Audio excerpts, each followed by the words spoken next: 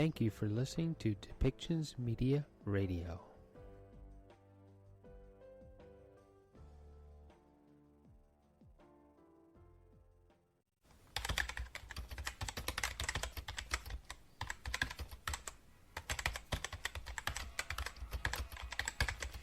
Welcome to Policy and Rights, the show about human rights and government policy.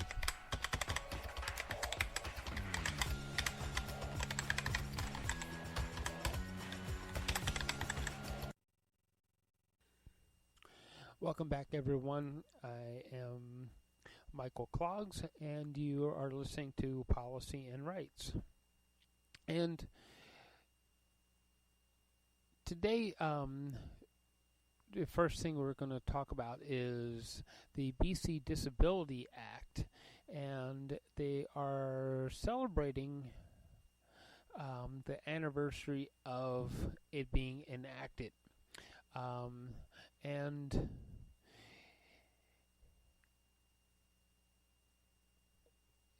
here's a quote about it.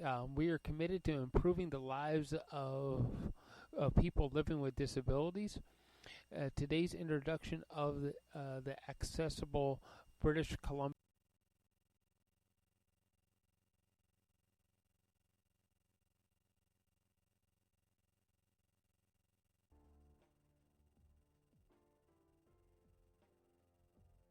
Thank you for listening to Depictions Media Radio.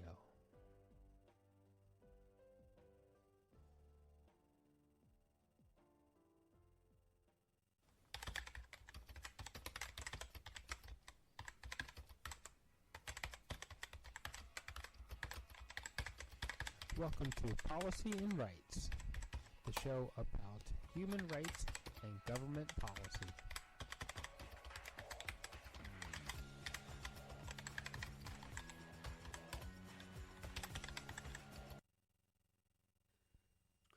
Welcome back, everyone. I am Michael Clogs, and you are listening to Policy and Rights. And today, the first thing we're going to talk about is the BC Disability Act. And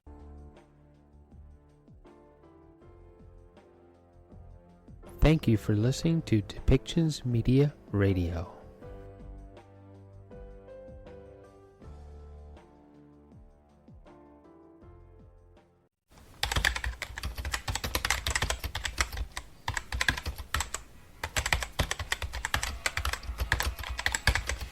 Welcome to Policy and Rights, the show about human rights and government policy.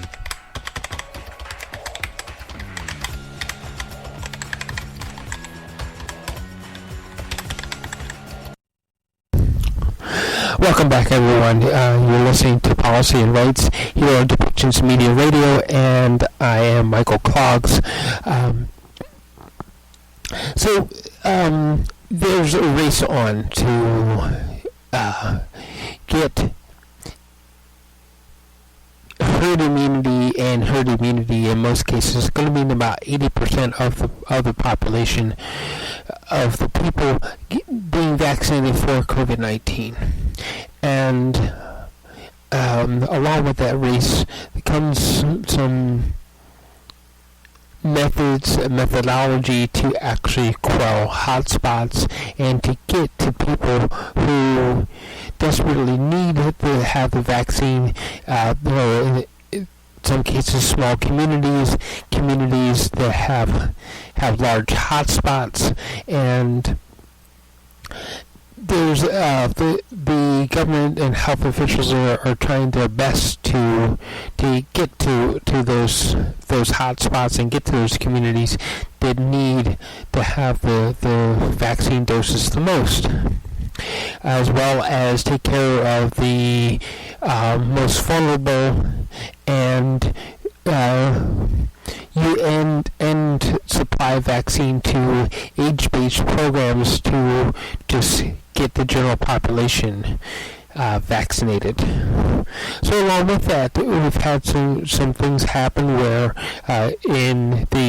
between the U.S. and Canada, where they've allowed some cross-border vaccination programs to happen, where, say for instance, there's a small community called Stewart, BC, where the U.S. allowed Stewart, BC to cross the border into Alaska and receive the vaccine because the U.S. government was able to get to that region before the Canadian government could.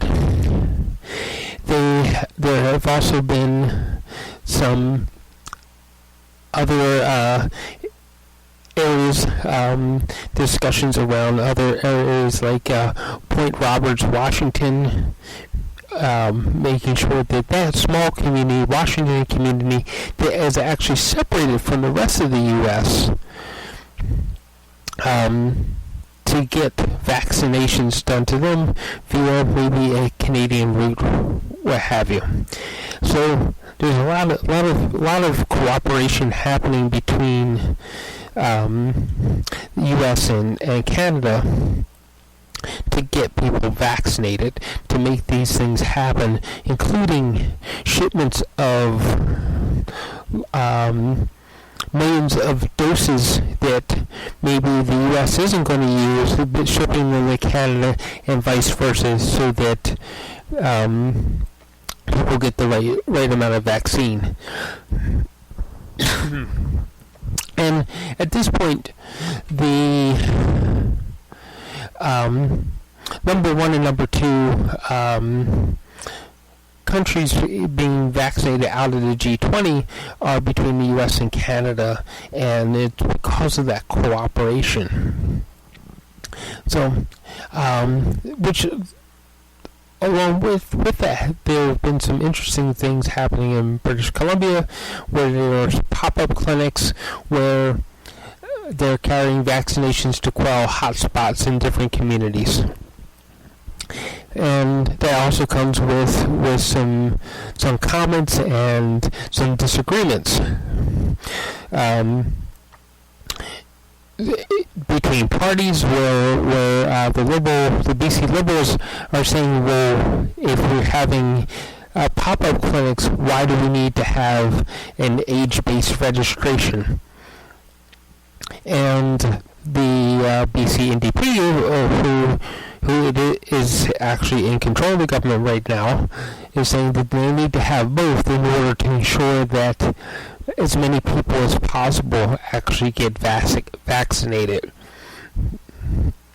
So it's being a very interesting process, but the good news is that there's a lot of people being vaccinated, and eventually, if the vaccination programs work, we will see numbers fall and the number of infections actually happening. So with that, I'm going to flip this over to listening to what Bonnie Henry and Adrian Dix actually said in yesterday's press conference about what is happening. So let's move on to that.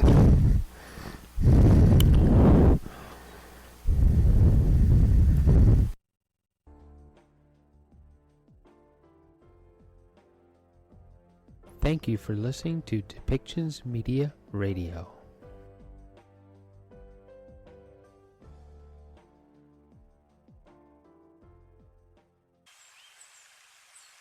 Good afternoon. My name is Adrian Dix. I'm BC's Minister of Health. To my right is Dr. Bonnie Henry, BC's Provincial Health Officer. This is our COVID-19 briefing for British Columbia for Thursday, April the 29th. We're honored to be here on the territory of the Lekwungen-speaking people of the Songhees and the Esquimalt First Nations. Tomorrow, Friday, we'll be providing a COVID-19 written briefing at 3 o'clock, approximately 3 o'clock, with case counts and other relevant information about the COVID-19 pandemic in BC. Dr. Henry and I will be in Vancouver on Monday to deliver the in-person briefing on that day. And with that, it's my honor to introduce Dr. Bonnie Henry. Thank you and good afternoon. So for today, we don't have all of the numbers in yet, but the overall totals are in. So we do have 874 new people who've been diagnosed with COVID-19 in British Columbia, bringing our total to 128,763 people who've been diagnosed with COVID-19. That includes 187 people in the Vancouver Coastal Health Region, 574 people in the Fraser Health Region, 29 people who live in Vancouver Island Health, 60 people in Interior Health, and 24 people in the Northern Health Region. We don't have the active cases and some of the people under public health monitoring at the moment, but those will be updated on the BC CDC dashboard later this afternoon.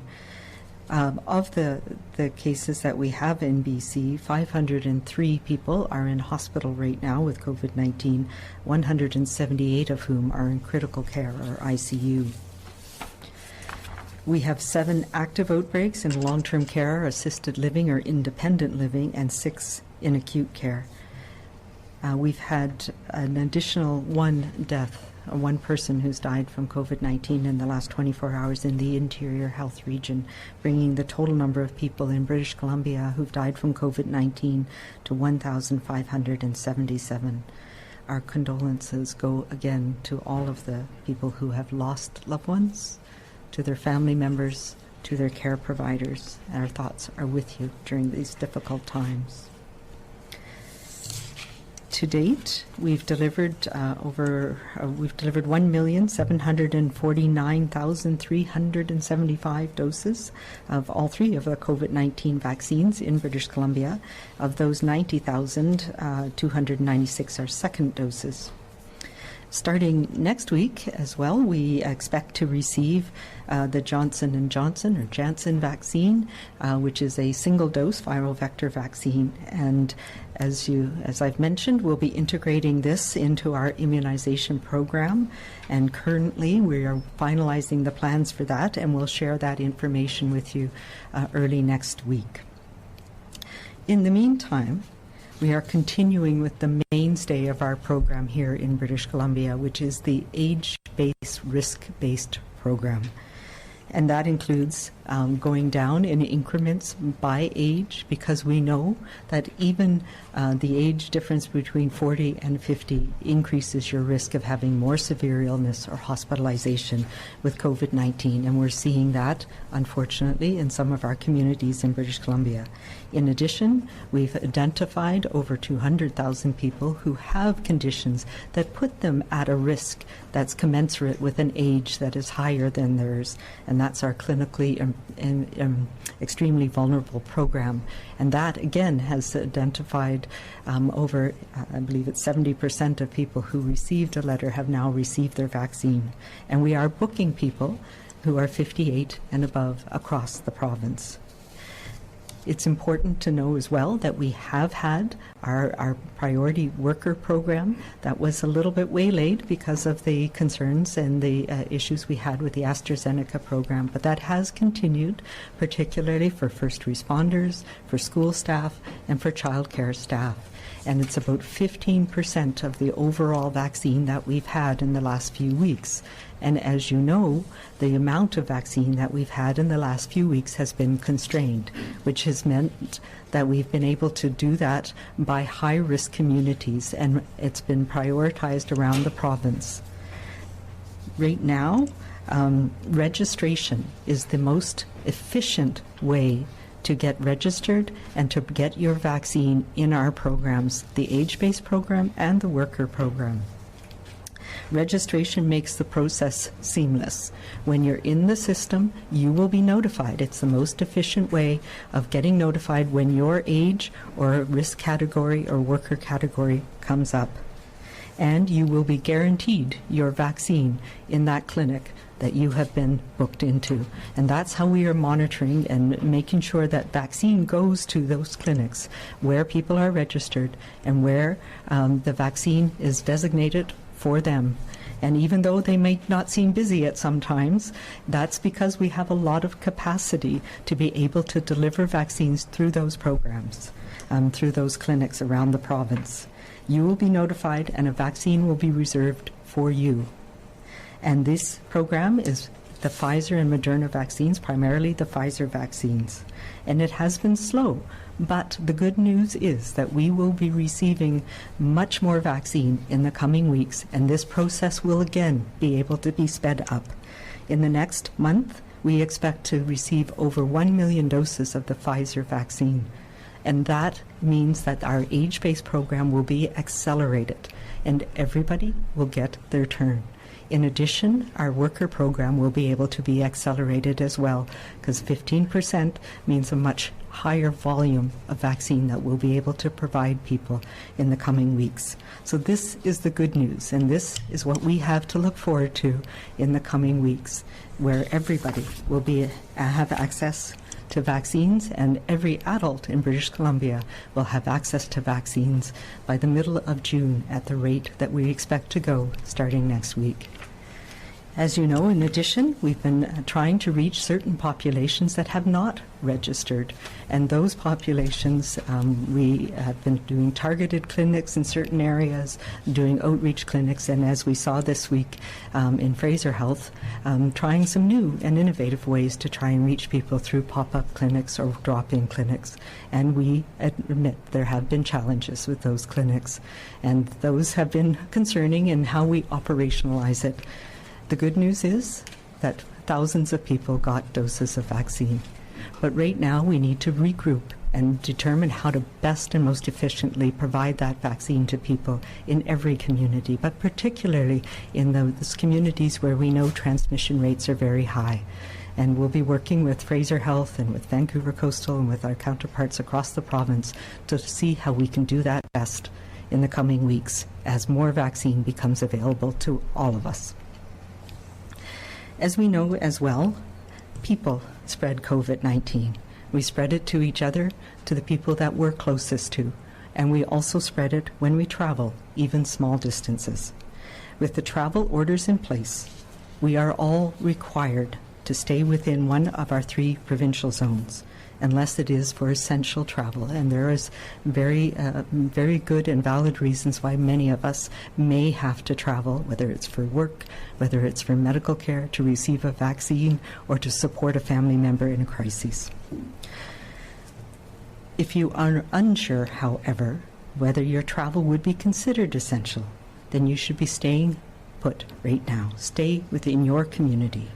While we know transmission is everywhere, we are seeing the greatest level of transmission in communities in the Lower Mainland right now. So for people in the Fraser and Vancouver coastal health regions, I'm asking you to pay particular attention. Our hospitals in these regions are feeling the strain more than ever. And hospitals in smaller communities don't have the capacity to carry any additional burden right now. Communities, especially smaller communities with limited healthcare services, are asking for your support by staying away for now while the provincial travel orders are in place. This means for people who live in the Lower Mainland zone and may have a second home or be planning to an escape to the Sunshine Coast or Sea to Sky corridor, I am asking you to stay away right now on behalf of those communities. Leaders in these communities are telling us they are not ready for an influx of additional people in the coming weeks.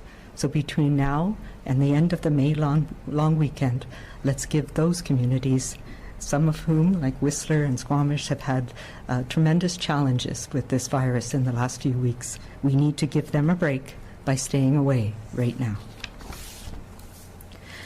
And we all need to continue to pay attention.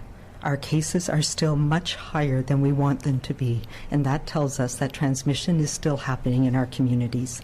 And if I just reported, the number of people in hospital is at the highest levels that we have seen in these past few days, and people requiring specialized acute critical care is the highest ever.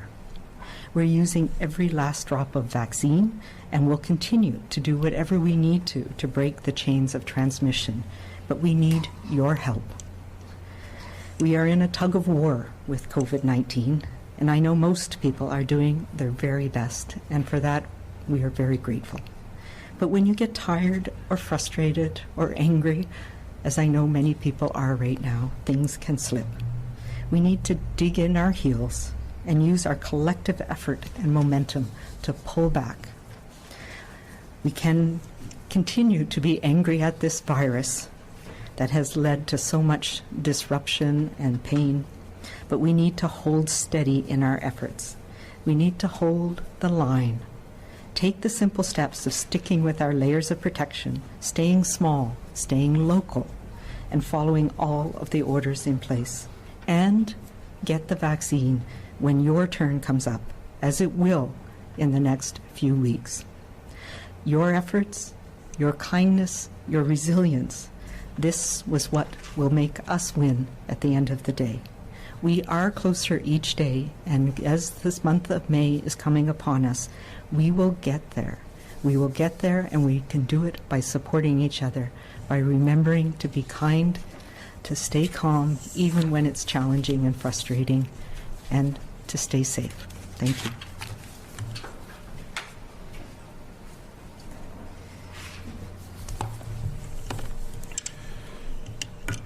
Thank you very much, Dr. Henry. I wanted to start by offering my condolences to the families, the friends, the caregivers of the one person who's passed away in the last 24 hours from COVID-19 in British Columbia.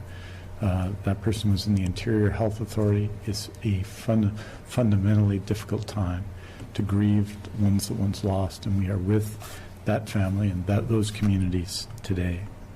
As Dr. Henry has said, there are 503 patients in hospital right now with COVID-19, and that presents significant challenges for healthcare workers, challenges, as you know, and I'll be reporting on surgeries shortly, that have been mitigated somewhat by the reduction of non-COVID patients in hospitals, so that the overall hospital numbers are stable, but obviously the impact of increasing COVID-19 numbers, particularly in critical care, is felt. I want to talk briefly about vaccines, and Dr. Henry has talked about that, the vaccines that have been received. We've now received all 138,060 doses. The remainder that we're receiving this week of Pfizer vaccine, that it arrived, the final vaccine arrived yesterday. So that means that to date, as of the end of day yesterday, we've received 1,302,990 doses of Pfizer vaccine, and we've administered 1,189,756 of those doses. Obviously, we won't receive doses now until the beginning of next week when we receive more, 276,000. And so we'll be working our way through the remainder in the coming days.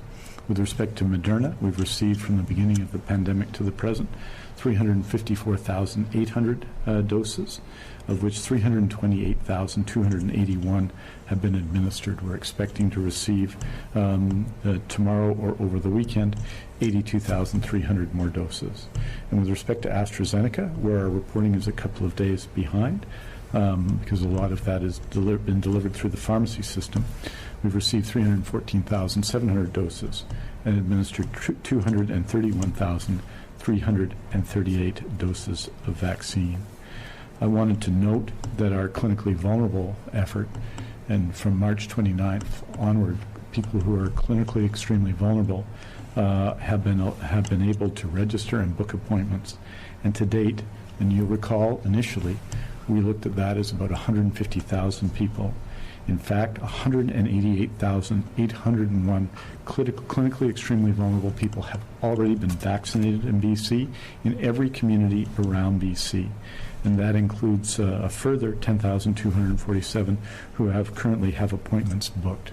This is a significant achievement of our healthcare system, and we're very appreciative of the team led by Dr. Maureen O'Donnell at the Provincial Health Services Authority that has led this effort. I wanted to also say finally, with respect to vaccine, that if you have not registered for vaccine, and yesterday all those 58 and above, people born 1963 and before, are able to book appointments.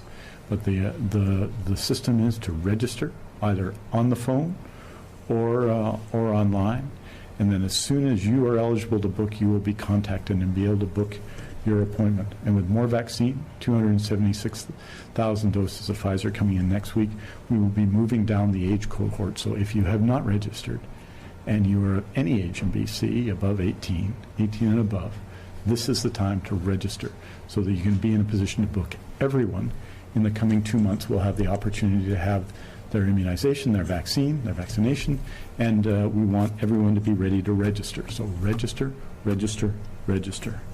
This week's update on surgery continues from news that we provided last Thursday that 9 hospitals across the Lower Mainland were moving to performing only urgent and emergent surgeries. The decision to postpone non-urgent scheduled surgeries was made to ensure these hospitals had the critical care available to care for patients. This Lower Mainland action in the Vancouver Coastal and Fraser Health Authority remains in place. We recently reported that some postponements had occurred in Island Health to support staffing and capacity there, and this week the effort to support staffing and capacity continues. This has resulted in some postponements in Island Health as well. Island Health is performing urgent and emergent surgeries and focusing on delivering non-urgent surgeries that allow patients to go home the same day. I just, so with respect to the shift that began April 26th, that change in the way that we deliver surgeries and the postponement of non-urgent scheduled surgeries in Fraser and Vancouver Coastal Health, but a number of postponements were made prior to that as health authorities readied themselves. Today we can report the number of surgeries postponed from April 19th to April 25th was 398. It's 198 in Fraser Health, 197 in Vancouver Coastal Health, and 12 in Vancouver Island Health. It's important to note that no surgeries were postponed in Interior Health, Northern Health, or the Provincial Health Services Authority. So I want to report that for the week April 12th to April 18th, which is the week before last, health authorities completed 7,045 surgeries in total, of which 5,532 were scheduled surgeries and 1,513 were unscheduled surgeries. By health authority, that's 1,799 in Fraser Health, 1,285 in Interior Health, 418 in Northern Health, 1,735 in Vancouver Coastal Health, 1,488 in Vancouver Island Health, and 320 in the Provincial Health Services Authority. As this report and last week's report have made clear, this is a particularly challenging time in our COVID-19 fight, with pressures on healthcare staff and hospitals that we have not seen to this point of the pandemic. If we are among the 38.6% of British Columbians who have had our first shot, or if we'll soon get our first shot, and as good as we should feel about either, I would hope that these 2 surgery reports would help keep us focused, all of us, on those who care for us in our hospitals, those in hospital who need care, and those in need of surgery who have seen COVID-19 delay the surgery they had scheduled. Each of them, whether care provider, someone in need of care, or someone awaiting surgery, is counting on us to do all we can to stop the spread so that we can push back the COVID pressure on our healthcare system. And that means for all of us, keep using our COVID skills, that we keep following public health guidance, that we continue to adhere to public health orders, that we register for our vaccination, and that we ensure that when we travel, it's for essential reasons only until the end of the May-long weekend. That's how we push back the COVID pressure on our healthcare system. That's how we keep safe. And that's how we keep making the difference that matters to those who are counting on us. Aujourd'hui, nous annonçons 787 nouveaux cas qui ont testé positifs au COVID-19 pour un total de 128 676 cas en Colombie-Britannique. Nous sommes attristés d'annoncer un nouveau décès lié au COVID-19 pour un total de 1577 décès en Colombie-Britannique. Nous offrons nos condoléances à tous ceux qui ont perdu leurs proches durant cette pandémie. Parmi l'ensemble des cas confirmés de COVID-19, 503 personnes sont actuellement hospitalisées, dont 178 en soins intensifs. Merci beaucoup. Thank you very much. We're happy to take your questions. A reminder to reporters on the line, please press *1 to enter the queue. You are limited to 1 question and 1 follow-up. First question, Richard Zussman, Global News. I'd like to ask about hospitalizations in ICU. We have record-breaking number of people in intensive care hospitalizations, still over 500. Who are these people in hospital? Do we know if this continues to skew younger? And are these people that have received COVID vaccine or were eligible for COVID vaccine and did not get the vaccination? Well, the last part of it, I cannot tell you on an individual level whether somebody refused the vaccine or didn't sign up for the vaccine. What I can tell you is that the majority of people, and I showed these data a few weeks ago, and it continues the same. And if you look at our the BC CDC weekly surveillance report, it shows that as well. What we are seeing is people from 40 to 59 have been increasing in hospitalization, and people 50 to 79 as well. And there's always been a relatively high rate so per 100,000 in people over age 80. So additionally, still, age is the most predictive factor of ending up in hospital or ending up in ICU. What we have seen in the last week is that has started to come down again, which is good news, but we know it takes time before hospitalization and people who end up in ICU either recover or end up being transferred back to non-critical care. So that is a lag indicator, if you will. And yes, the majority of people were we do know that there are some people who have received vaccine who have become infected with COVID-19. But the rates of infection are order of magnitude lower after immunization. And most of the people in hospital right now are people who have not been immunized or was within the period of time before their immune system was stimulated by the vaccine. Richard, do you have a follow-up? I do, and I'm not sure how much of this is specifically your jurisdiction, Dr. Henry, and Minister Dix may be able to better weigh in on this, but what work is BC doing with Washington State or other jurisdictions in the United States to have cross-border vaccinations? In Manitoba, they announced today that teachers will be able to get vaccinated in North Dakota. Are those sort of conversations happening here, and is that something you support? We've been prioritizing, as you know, staff in schools, and it has been relatively slow because of vaccine accessibility, but that is ramping up and will be ramping up. And we know that particularly in hotspots in the Lower Mainland, school staff have been offered vaccine.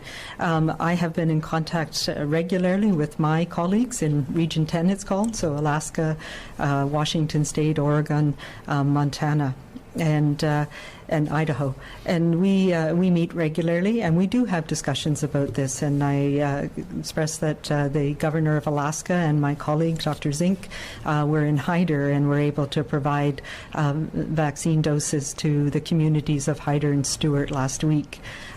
Also talking with Washington State about potentials, and the things that the people that I've been concerned about are cross-border truckers, and how can we have a relationship and access to vaccine for cross-border truckers.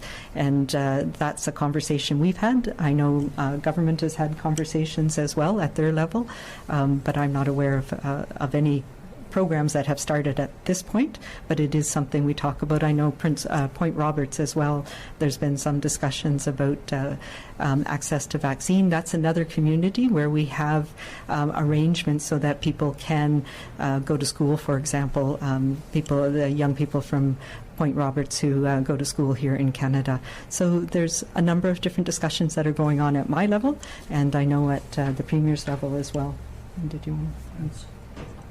Next question, April Lawrence, Check TV. Oh, hi, thank you. Minister Dix, I just wanted to clarify one thing you said about the surgery cancellations in Island Health. You mentioned 12 had been canceled. That was only till the 25th. I'm just wondering if there's been more since then. And I'm wondering if you can tell us if it's because patients are being transferred here from other health authorities, and if so, if you know or can tell us how many have been transferred into Island Health from other health authorities.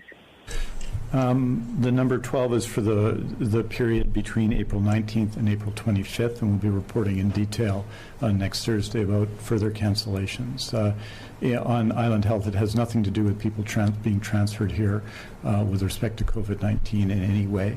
Island Health has done a truly extraordinary job of doing surgeries in the past period, such that wait times and wait lists are significantly smaller than they were at the beginning of the pandemic, which is a real achievement in Island Health. But I think what you're seeing in Island Health is the ongoing significant pressure on the healthcare system, very partly related to COVID-19, because there are some cases in Island Health hospitals, but overall in the healthcare system on Vancouver Island for surgeries and everything else has been going very consistently in the last period, and in fact we've been making significant progress. So these are adjustments, and they're really hard for patients when we have to postpone a surgery or delay it for a period of time, and to the maximum possible extent we avoid that.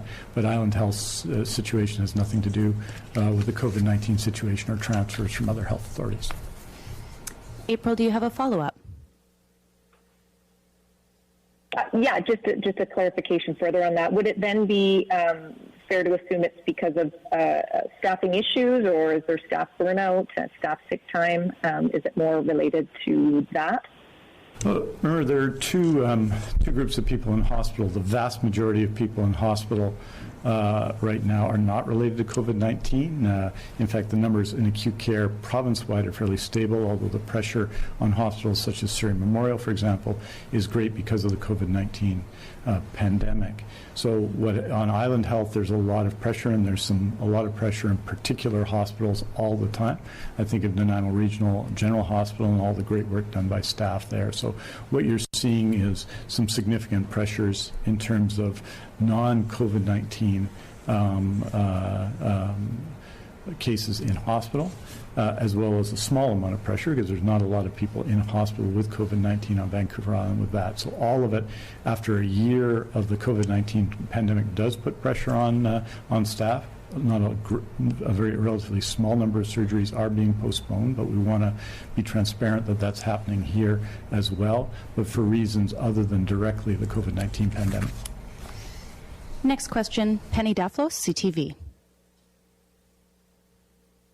Very much for coming to me. Dr. Henry, you called them new and innovative, but a lot of people missed work, some of whom could ill afford to do so, to wait in line for a vaccine pop-up that they heard about through social media or text rumors. So some who waited didn't even get a vaccine. They're frustrated, disappointed, confused by these unannounced pop-up clinics. I mean, some of which didn't even check addresses to see if people were eligible. Ultimately, the buck stops with you, so I'd like to know, will you take responsibility and apologize for the vaccine free-for-all? I'm not sure I would call it a vaccine free-for-all, but absolutely. We are concerned about the way they rolled out. These were done with the right intentions, that people were notified through means, and as you say, it got a life of its own that was not anticipated in social media in particular, and that made people do things. And, I do have to say, if you're not in those communities, do not go to those communities. You will get your vaccine, and there's enough vaccine coming in the next 2 months that everybody will get their turn. And the most efficient way to do it is to register, and you'll be notified as soon as your age category comes up, and you can book yourself into the clinic that will have your vaccine for you. But yes, there were some operational things that were done or not done that caused a lot of frustration, and I can see that, and I absolutely apologize to people for the miscommunications and for the confusion.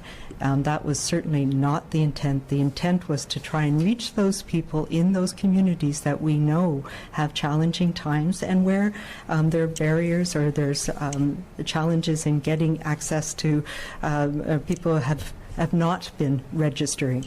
So those are directed at those communities, and we will be working with Fraser Health, as we do every day, to try and make it more smooth and better for people. But just to remind people, the main part of our program, where most of the vaccine is going, is primarily based on Pfizer, is the age-based program, and the easiest and simplest way to do that is to register either by phone or online, and you'll get your vaccine. And I will encourage everybody to support their communities to do that. And we will be doing additional initiatives in Surrey, in those communities where we know there's challenges, through community groups, through church groups, through gurdwaras and others in the coming weeks as well, to try and reach as many people as we can as quickly as we can. Penny, do you have a follow-up? I do, and thank you very much, Dr. Henry, for that answer. I'm hearing that from experts that research from the U.S. points to vaccine hesitancy among racialized communities in particular, not actually being hesitancy, but more vaccine confusion, where and how to get vaccinated. Right now in BC, we've got an official provincial website. We've had pharmacies with their own system. We've had the rumor mill and vaccine hunter Twitter accounts that have people driving all over the place for these pop-ups. The vaccine rollout comes across as both confusing and confused. So I would just like to know how you're going to rebuild public trust after this, and in particular, address vaccine confusion. Yeah, and vaccine confusion can be driven by many different things, as you mentioned. The people are spreading rumors, and the things that we are saying we have one provincial system. It was a transition early on. We had several different systems, and we've had different issues with vaccines, and that is a reality. The reality that we faced is the Moderna vaccine doesn't come in regularly. We're hopeful that that will change. The Pfizer vaccine had a period of time where it didn't come in at all for several weeks. We've had issues that we've had to investigate with the AstraZeneca vaccine that meant we had to change the worker program that was based on. So it is the reality that things change. And they change based on the information that we get, on the supply that we get. But right now, the most important, the mainstay of our system, and that has worked for over 1.5 million people already, is the age-based program, because we know that's the most important risk factor. And that will continue. And starting next week, we are confident we will have more vaccine. So it will make it seamless and easier for people in the next few weeks. And that every adult in British Columbia before our July long weekend is going to be eligible and be able to access vaccine. And so we need to all just regroup and know that there are many different ways that we're going to do this. We had to start off slowly with certain people who are at highest risk. We know in long-term care, for example, our elderly population, and I think that's the success that we see. In our elders and seniors, over 83% of people over the age of 70 in this province have been immunized. Those are the successes that we see, and that will be there for all of us as we go through these next few weeks. And I know there's many different reasons why certain communities, they find it difficult to go online perhaps, or there's a lot of people who have questions, and we're working at how do we connect with people to make sure that their questions are answered in their language, in a way that they understand. And we can always do better on that, and we'll be working on that, particularly as more vaccines arriving in the coming weeks and months. Next question, Lisa Yusta, News 1130. Following up on what Penny asked, I think the sense a lot of people have is both panic about getting vaccine and then feeling ripped off when they see that they're either on the edge of these communities that are getting these hotspot clinics, or that they work in them or they go through them, and that they're feeling ripped off and they're feeling like they're getting left out with this age-based program. So I wonder if you can just talk to that panicky feeling and the anxiety a lot of people are feeling. I know, and it's really tough right now as we see case rates being very high. We see people in hospital, and we want to do our part to be protected ourselves, but also I know that to protect our families, the people we're closest to. And it has been incredibly challenging to stand here and know that we only have a limited amount, and how can we get it to people in the most efficient way. But I can be reassured, the things that we need to do are are the things that will protect us in the meantime. And we need to keep doing those.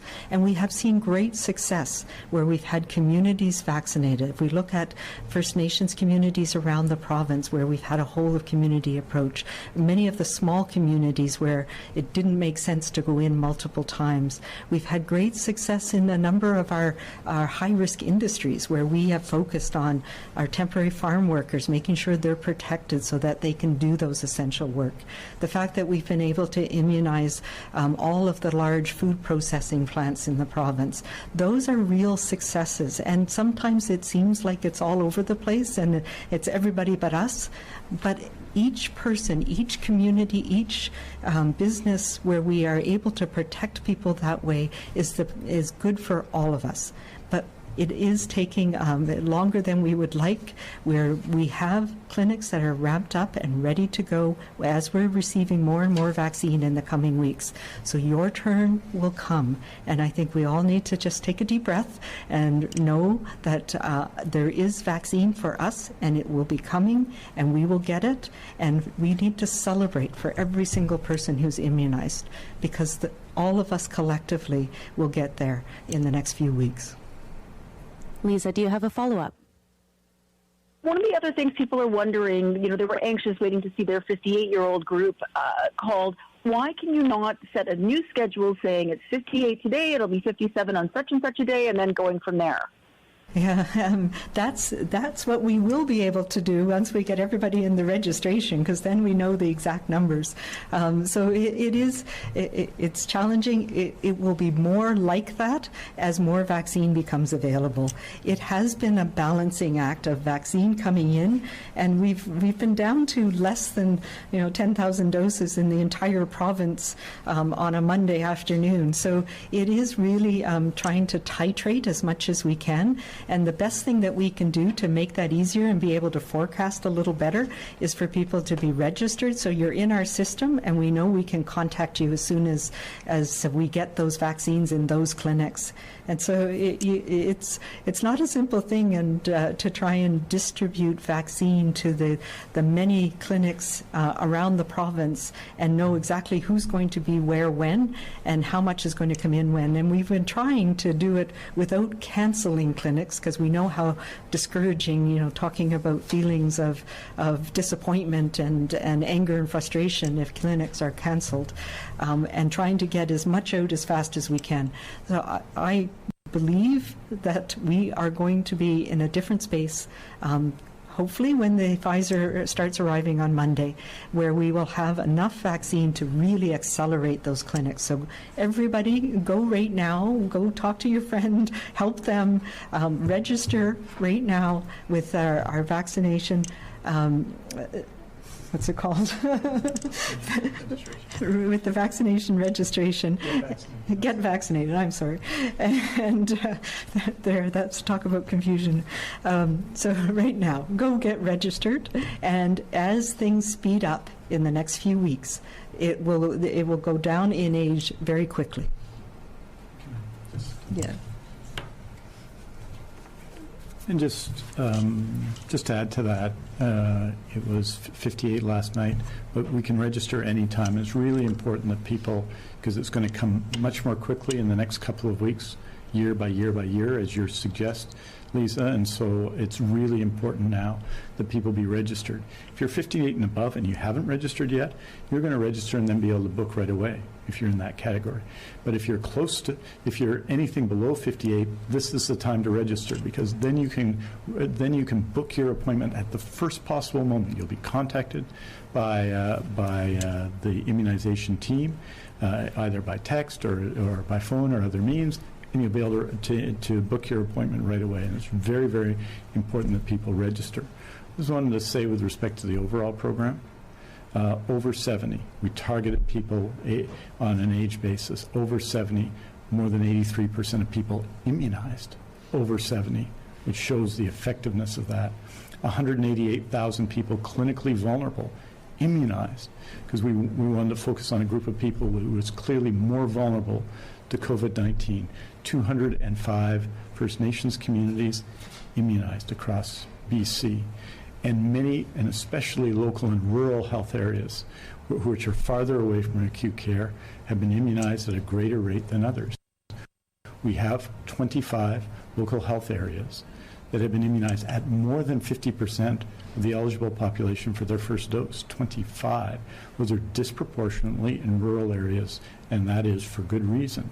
And so all of that shows that the targeting that's taken place, long-term care, assisted living, older population, clinically vulnerable, rural and remote communities has been effective in the vaccination campaign. And we'll be providing some detailed information next week by local health areas that we'll be able to update so you'll be able to see. And there hasn't been significant variation as between local health areas. There are the rural and remote ones, and those with a larger Indigenous population that are at a higher overall level. But across the system, there are only now under 30% vaccinated. Only 4 local health areas in the entire province under 30%, and so the variation between health authorities is not that great, which means everyone is getting access everywhere. There's some differences between rural and urban and between health authorities in the specific strategies that have been used. And I'll just talk about one finally. In Windermere last week, if you recall the chart, the local health area of Windermere or in Columbia Valley was the highest level in interior health today because of a different approach, but similar approach to what has been happening in the Fraser Health Authority. Over 50% of people in Windermere have been immunized, as is in Revelstoke, as in Prince Rupert, as of course you all know in Whistler. Next question, Jawad Siddiqui, Connect FM. Hi, thank you for taking my question. My question is for Dr. Bonnie Henry. So Dr. Bonnie Henry, you call these pop-up clinics innovative. So my question is, if they are effective, why not commit to improve the communications and outreach around them instead of apparently just shelving the idea for now? Yeah, and that's what we've been talking about, and I talk with Dr. Lee and Dr. Elizabeth Brodkin in Fraser Health on a daily basis about, what were the things that worked and didn't work in those. So I'm not saying we're writing them off, but we are out of vaccine right now as well at this point in the week. So we will be looking at where are the things that worked and how did they work and how do we do better at it, and we'll be looking at that in the next little while. But hopefully, we made the point today that the best way to guarantee your spot and your vaccine is to register, and it'll be there for you. So you don't have to worry about whether there's a pop-up clinic in your community or not. Jawad, do you have a follow-up? I do, thank you. And I have many follow-up questions, but I think I'll go with this one. So what suggestion do you have for media in this case if we encounter such a pop-up clinic which is unannounced in near future? How do you want media to react to that? Do we just let it be or let people know that there is one unannounced clinic in their area? Yeah, so the way, that's a very good question, and thank you for that. Some of the things that I saw happen were rumors being spread on social media, and sometimes that's not helpful. I know that Fraser Health was looking at getting it out in a community on a grassroots basis, and sometimes that goes crazy, and it reminds me how we are in a very, very connected world. So, yes, we would appreciate getting the message out that these types of clinics are targeted to specific people for a reason, and your help in getting to those people would be great, particularly people who speak languages other than English. We know that sometimes that can be a challenge in finding the information they need to be comfortable being immunized, so that's one of the things that we try and do, and to give the message to others. If you don't live in Newton, don't go to the clinic in Newton. It's designed for that community. We look at our cases by where people live. And so case rates that are high in a specific community reflect people who live in that community. And that's why we try and target the clinics to make it easy for people in those communities where we know there's a lot of transmission. And, we talk about in Surrey, for example, a lot of the communities are people who work in food processing or in your grocery store or healthcare workers and live in larger multi-generational families. So we need to reach out in ways that that speak to those people to make sure they're comfortable and know how to access vaccines. So if you're not in that community, your community will be targeted perhaps in a different way, and there may be other ways that we'll reach out to you. So yes, we are trying to do things differently, trying to figure out what's the best way to reach people and provide them with the information they need to access vaccine and to get all their questions answered as well. And we'll continue to do that, and your help would be greatly appreciated. Next question, Colton Davies, Radio NL. Hi, Dr. Henry. So we keep getting surprised a little bit as media and people in the public with learning through social media that pharmacies suddenly have vaccine supply available. An example in Kamloops is that the BC Pharmacy Association website says that all the local vaccine clinics don't have AstraZeneca available, but we've seen today even that Walmart now has doses for the next 5 days. Shoppers has doses on Monday. And I'm just curious, Interior Health says that the Pharmacy Association is the middleman with doses administered at pharmacies. So does the Pharmacy Association need to better communicate this information? I just feel perhaps finding out about these clinics on social media maybe isn't ideal. Yeah, and it's another one of those challenges that we have. So right now, it's the fridge-stable AstraZeneca vaccine, and that has been available through the pharmacies. And we've partnered with the pharmacies to do that, but they have to meet certain criteria. One of the most important things that I've said from the very beginning is that every single dose and every single lot number needs to be recorded in our provincial immunization registry. So not all pharmacies are connected to the immunization registry. The pharmacies that deliver our influenza vaccines are the ones that are more likely to be associated or connected to the registry, but we've needed to add additional information around these specific vaccines. So that was one of the factors that the Pharmacy Association used in determining where vaccine was going. We also wanted to make sure that we addressed those communities that were having the highest transmission risk. So there's a whole lot of factors that went into how much vaccine went where. But then once it goes out into the pharmacies, we lose a little bit of line of sight because there's a delay for when it gets entered into our immunization system.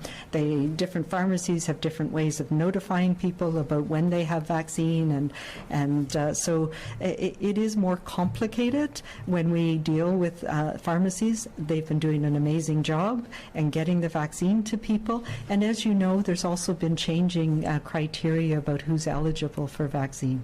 What I can say around the AstraZeneca vaccine is we don't have any indication that we're going to be receiving more in the short term. And for people who've received it already, we do have guarantees that we will get some of it to be able to provide second doses for everybody who needs them. And so that's something that we're working on with the federal government, and we have confidence in. But the other sort of complicating factor is the systems that pharmacies use to be able to provide people with AstraZeneca are not always, they take some time to connect them with our provincial registration system. So if you did get your vaccine in the pharmacy and you want to you're going to be notified about your second dose, you're very likely to be notified by both the pharmacy and the provincial system. But to make it simple, just go ahead and register in the provincial system, and that just makes it simple, and you will get a notification from our provincial system as well. So, which is all to say, none of this is simple. It takes, we're talking about 600 in some pharmacies around the province. All of them have slightly different ways of doing things. And yes, some of them have vaccines still available. It may be, well, what we do know is that in areas where there wasn't as much uptake, vaccine has been transferred to pharmacies where there is more demand. And that continues to happen, but there's very little AstraZeneca left in the province right now. Just really briefly, Colton, about 180,000 doses of AstraZeneca have been administered through pharmacies, which I think is an extraordinary achievement. There's about 10,000 left out there. that has either been administered and will be reported within 24 hours, or is still to be administered. So there is a little bit of AstraZeneca out there, but essentially, as you can tell, the pharmacies around BC have done, I think, a really good job at delivering AstraZeneca around BC to initially a limited cohort, people 55 and over, and now a slightly larger cohort. But I think they've done a very good job, and we know that they're going to continue to assist us as we move through the pandemic. Colton, do you have a follow-up? Yes, I do, and I appreciate that detailed answer from both. I just wanted to ask as well, because tomorrow morning we're expecting to hear details on enforcement and how that will look for road checks, preventing travel between zones in this province. We also know that, it's been said that the spread of variants is the main reason for these restrictions, and I suppose this would be for Dr. Henry, but perhaps Minister Dix as well. And do you worry about people potentially bringing in the virus and its variants into Interior Health and Northern Health who enter BC from Alberta? Because, of course, BC cannot restrict travel in or out of Alberta legally unless Alberta and BC both decided to. Yeah, so I think we need to be a little bit cautious about talking about variants, because it really is people, and we know that people are infected with the virus, and sometimes we figure out which strain of the virus they have, and we know it's been changing over time. And what we have seen, though, is that the virus that people are being infected with is more transmissible lately, and that's because, it turns out, many of them are infected with a variant, and it's probably around 75% of cases. So we assume that everybody has it. And that's the same across the country right now. Yes, we are concerned about people traveling in from Alberta, and we're asking people from Alberta not to come here now, even if they have a second home here, even if they want to come here for recreation and they do it every year. Now is not the time to do that. We will welcome you when we are all in a better place in the summer. We have time for one more question. For everyone listening, Dr. Henry and Minister Dix will be releasing a statement this afternoon with the latest information on cases, hospitalizations, and outbreaks, which you can find at news.gov.bc.ca. Last question, Tanya Fletcher, CBC. Thank you. And this first question is a two-parter. The first one to Dr. Henry, the second part to Minister Dix. Dr. Henry, you mentioned the frontline worker vaccination program will be expanded with the next round of shipments next week. Can you specify which workers will be prioritized next and when exactly they should expect to be immunized? And for Minister Dix, you said in question period today that these pop-up clinics have not been successful because they've undermined confidence in the process. How was this not foreseen? I can answer that one too. But, I may not agree entirely with that assertion that they undermine confidence. It really was an attempt to try and reach out to communities where we weren't getting a lot of registration, and we wanted to be able to provide vaccine in a way that was easier for people and less restrictive. And yes, the communications didn't work out the way they should have, and operationally they didn't. There was confusion, as you indicate, and that led to people being frustrated and angry in some cases. On the other hand, they did raise awareness in certain communities about the need for immunization and about our need to do better at reaching out. And so that's what we will learn from those. And then I've completely forgotten your first important question to me. Oh, it was just about specifying which frontline workers should be expected to be vaccinated next week. So, we've already, when we had to shift our focus with AstraZeneca, we really wanted to prioritize which groups we would start with the limited amount of vaccine, and it's been about 15% of the vaccine that's come in over the last few weeks, and that is first responders, so police and fire services, school staff, and childcare staff were the groups that we prioritized with our our immunization committee and a public health team, knowing the amount of vaccine that we have. So a good proportion of each of those groups has been done. We started with the people in Surrey, for example, in those 3 categories, and moved around the province. As we have more vaccine coming in, 15% will now mean a lot more vaccine available, and we expect to have those groups completed in the next 3 weeks. So by the end of, by the middle of May. So that's the goal. We are also continuing to provide immunization as we can as an outbreak management tool, and we're looking at that right now in the outbreak that's happening in Site C in a number of different places around the Lower Mainland, and we will continue that program as well. That's a much smaller proportion of vaccine, and as the Johnson & Johnson vaccine becomes available next week, we'll be targeting others on that list that we came out with in our optimistic days in the end of March, hoping that we would have more vaccine available in April. So on that list, of course, are people like cross-border truckers and others. So we are in the midst of looking at how to best target the other groups on that list in the next few weeks. But I will say that as we have more vaccine coming in, the vast majority of it goes to the age-based program. So many people who are on that list, whether you work in trucking, whether you work in schools, or whether you're in the grocery store or distribution centers, which is another area where we've seen a lot of transmission of vaccine. If your age comes up, get your vaccine through the age process. That's the most efficient way to do it, and we will try and target vaccine to younger people in those occupations as soon as we can as well.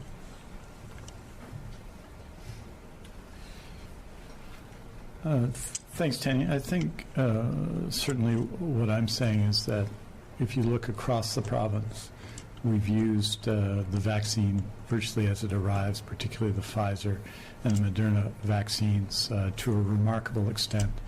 83% of people over 70 have received their immunization, their first immunization. That was an important target, and it really is a significant success, and you see it across health authorities across BC. 188,000 people clinically vulnerable, most of them contacted by mail, old-fashioned paper, and contacted and have come to clinics and have been vaccinated. That's an extraordinary success to find that group of people, to work with that group of people in communities in every part of this complex province, and to do that vaccination is extraordinary. The work that's been done with the First Nations Health Authority and Indigenous communities across the province, excellent. The work done and its impact on long-term care and in assisted living, excellent. The fact that the experience of people, the overwhelming number of people at vaccination clinics has been positive, and I hear from them every day. And so what I mean by that is the challenge with this kind of situation where there are lineups is that it takes away from all of that, from confidence, and we have to simply rebuild that. And what I would say, though, is that I expect health authorities to be innovative and to work with communities. In Dawson Creek a week ago, we had high levels of transmission and the lowest level of vaccination in the province, and that has changed because of innovative action by the Northern Health Authority. In the Columbia Valley, a similar situation in the Windermere Local Health Authority. You saw what happened in Prince Rupert. And so we have used tactically immunization. It's a different challenge when the areas you're targeting are in a large metropolitan area. But what we want to do as well is to encourage our health authorities to use every means possible to reach out. And what I'm asking people today is, given the success of the age-based program, of the clinically vulnerable program, to please register. The more people that register, if you register, you're going to get your chance to be vaccinated in the soonest possible time. And that's what we need to do today. So my core message is register, register, register. And we're going to continue, and I know everyone involved in the immunization campaign is going to do everything they can to make sure you get the vaccine you need at the soonest possible moment. Tanya, did you have a follow-up? Yes, thanks. And an answer in French from Minister Dix would be appreciated. Thank you. Can you please clarify why the system to notify people in hotspot areas about the pop-up clinics doesn't appear to be working? The overwhelming majority of people who actually live in those communities that we're hearing from were not told about these clinics, even though they had all registered online prior. So were emails sent? Was it text messages, phone calls? Can you say how many people residing in those areas were actually notified? No, I can't give you those details. Obviously, the operational details are what Fraser Health does, and I know they reached out through specific community groups and others. And yes, we do know that things spread very quickly on social media from certain people, and that happens. And it is the challenges in a large urban area like that, which are different from smaller, less populated areas. So I know that they are regrouping and looking at what worked and what didn't work. I know next week we are looking at some of the outreach through Gurdwaras, for example, and there will be continued to be different ways to outreach to different communities. And I think the really important thing that you mentioned is, people, that the registration is the way that you will get a guaranteed vaccine in your clinic, and we need to find ways to answer people's questions. And that was one of the discussions that we've had in several different communities where there's a lower rate of registration. Is, what is that? Is it because people don't know how the system works, don't know where to go to do that, or is it because they have questions and they're not ready yet to commit to being part of the immunization program? And that's something that I'm going to be looking at and working with colleagues across the province to make sure we're doing it in the right language, in the right tone, answering the right questions, and doing better at that to encourage people to get into that stream of getting immunized as quickly as we can. So there's still many, many things to learn as we go through this, and It's Our Shot is one of the programs that is designed to reach out to different communities, and we want to be part of that as well. Looking at, how do we engage with people who know their community a little better to find out what the barriers are and remove those barriers. And so there will be more experiments as we go through this, and as more vaccines available and we get it to more and more people across the province. And can I just say, before I turn it over to Minister Dix, I forgot to mention as well that our Speak survey is out there still. We've had about 150,000 people who have answered it so far, but this is the second survey that we've done to ask just these questions. What are the things about the pandemic that have affected you and your family? And we know the first survey, over 400,000 people answered, and it was very helpful for us in understanding the impacts that the pandemic, as well as the measures we've put in place, have had on people.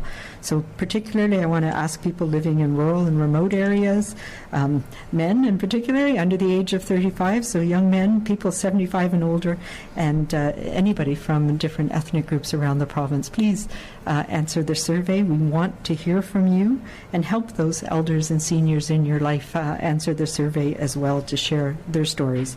And it's on the BC CDC website, the COVID-19 survey, and I encourage everybody to take part in that and tell us your story. Thank you.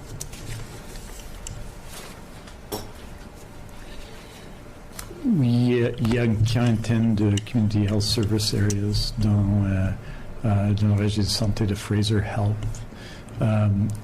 Une dizaine entre 6 à Surrey, un à Delta, un à Port Coquitlam, un à Abbotsford et un à Langley étaient désignés comme priorité à cause de le niveau de transmission et un niveau relativement bas de vaccination. Donc c'était de cette façon-là que ces Community Health Service Area étaient choisis pour ces programmes spéciaux. Et on a eu un programme, une clinique de vaccination à Langley pendant le week-end. Et évidemment, il y en avait à Surrey, aussi à Coquitlam, depuis 2 jours. pour la première journée de cela, mardi, c'est 10 Community Health Service Areas qui représentent un quart de la territoire de Fraser Health, représentait à peu près 50% des vaccinations dans la totalité des vaccinations dans la région de santé. C'est-à-dire que cela, d'une certaine manière, a marché, mais l'effet, évidemment, sur des communautés, ceux qui ont participé à ces cliniques de vaccination n'étaient pas positifs. Donc, on travaille là-dessus, on apprend, on fait mieux. Merci beaucoup. Thank you very much. We'll see you on Monday.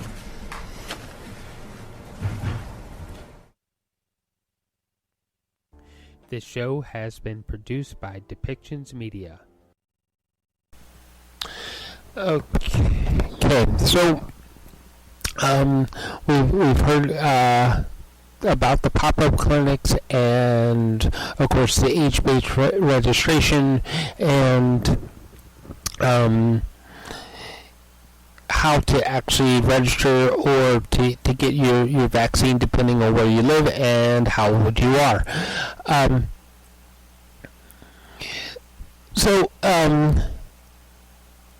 Rather than searching around trying to find out where the latest pop-up clinic is, whatever, please do actually go ahead and register. And if you go to, of course, to depictions.media, on our blog we actually have the website that you can go to. It's actually, or go to the BC government website, and you're going to look for COVID-19 vaccine registration, and you can register to get your vaccine that way. Also, there is a travel restrictions for the province of BC where they are restricting people to stay within certain health authority vicinities or jurisdictions, and there are fines being issued at specific checkpoints if you travel outside of your health authority jurisdiction. The reason is that the third wave that we are actually in is causing a lot of hospitalizations, and with that causing problems. There are a number of hospitals that have experienced what's called a code orange, where emergency procedures are taking priority, and they are eliminating or canceling elective procedures or procedures that they figure that can be put off or they can wait. So do look out for that and go to for more information on those travel restrictions. Again, go back to I will refer you back to the BC website, or check out on our depictions.media website for those links. Okay, so the next discussion is about how Canada is actually getting vaccine into the country, and it deals with their making of shipments and how procurement of doses is going for the federal Canadian federal government. So let's listen to what is said there as the conversation is led off by Dr. Njoo.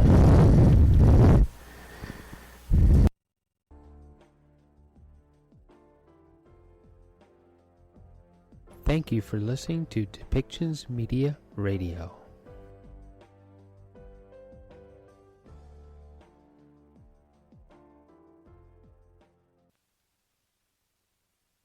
Which will provide an update on the COVID-19 vaccine rollout in Canada.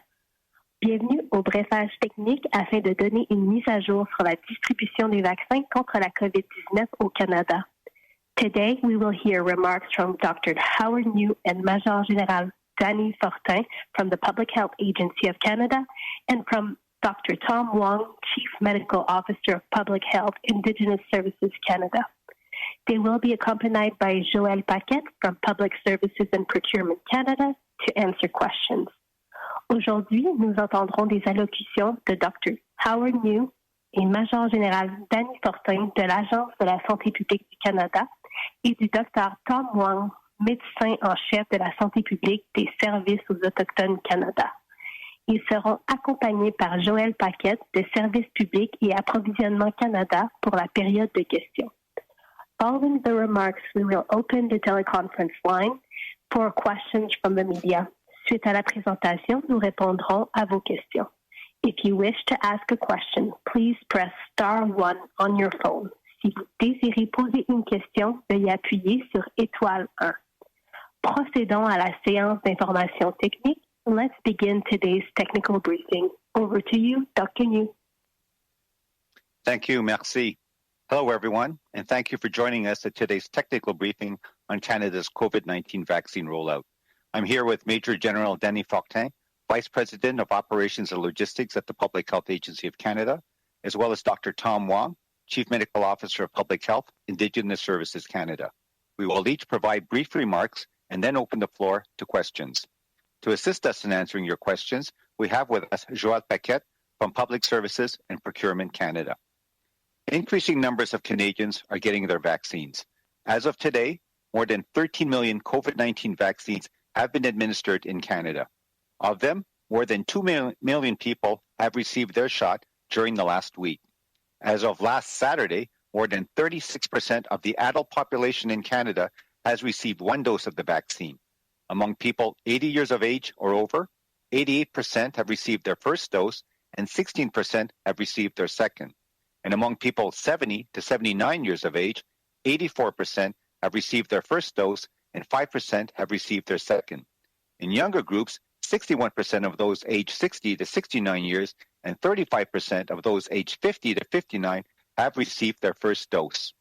In all three territories combined, almost 71% of adults over the age of 18 have received at least one dose of COVID-19 vaccine, and 59% have received their second dose.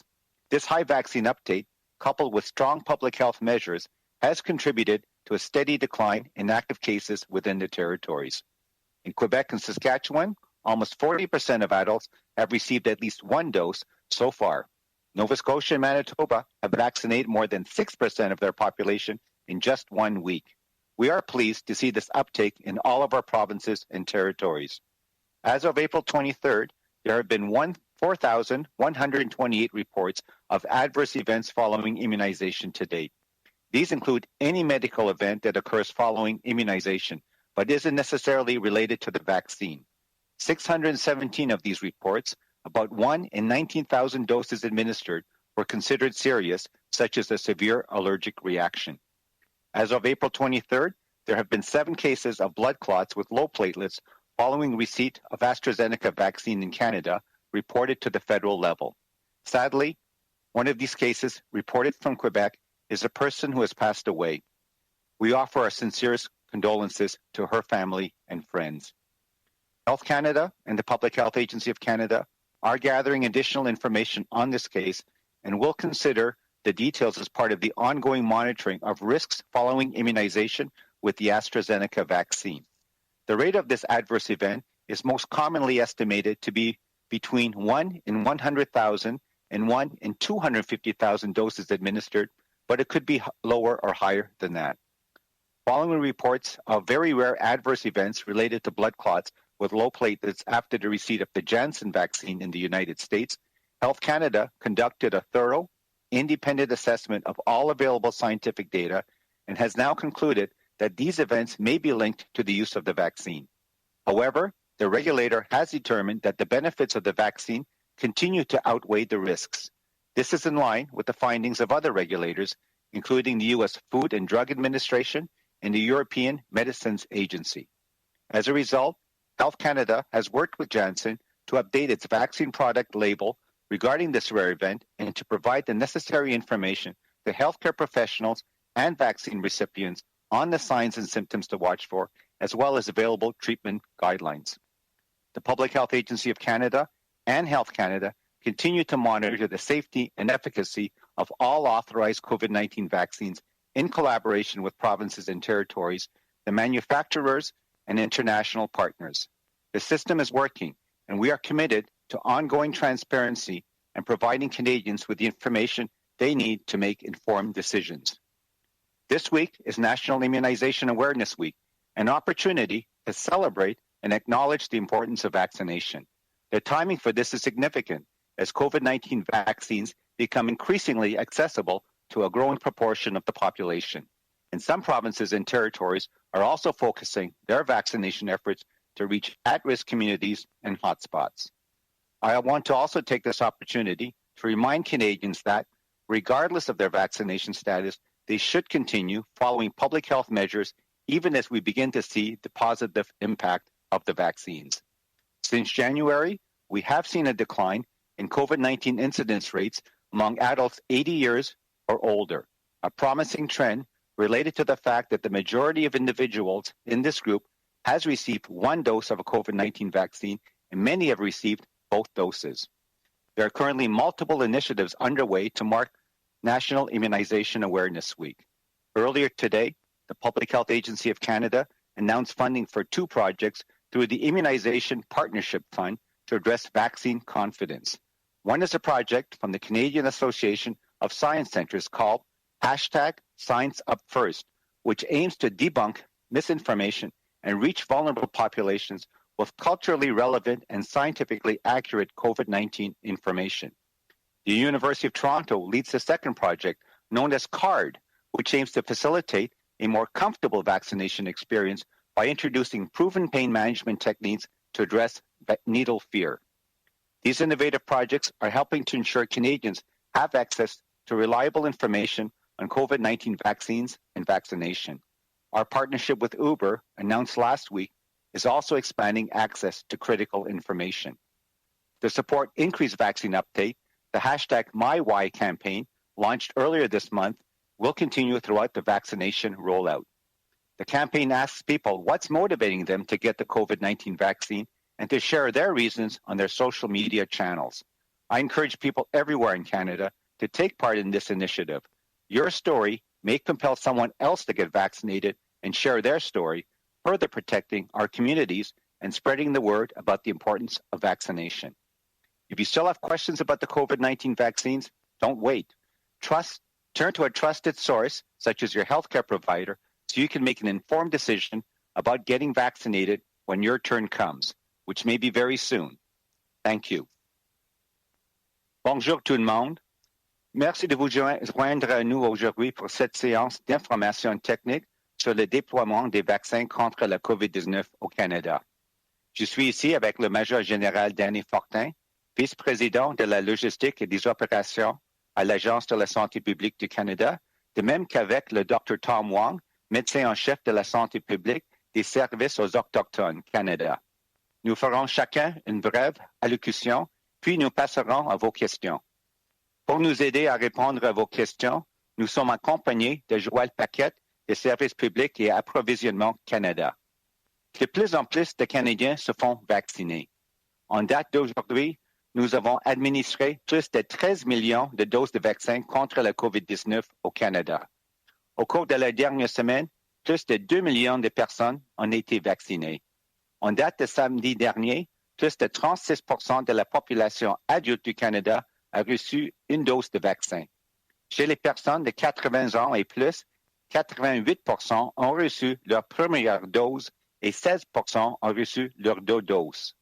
Parmi les personnes de 70 à 79 ans, 84% ont reçu leur première dose et 5% ont reçu leurs deux doses. Pour les autres groupes d'âge, 61% des personnes de 60 à 69 ans et 35% des personnes de 50 à 59 ans ont reçu leur première dose. Pour la population des 3 territoires canadiens regroupés, près de 71% des adultes de plus de 18 ans ont reçu au moins une dose de vaccin contre la COVID-19 et 59% ont reçu leurs deux doses.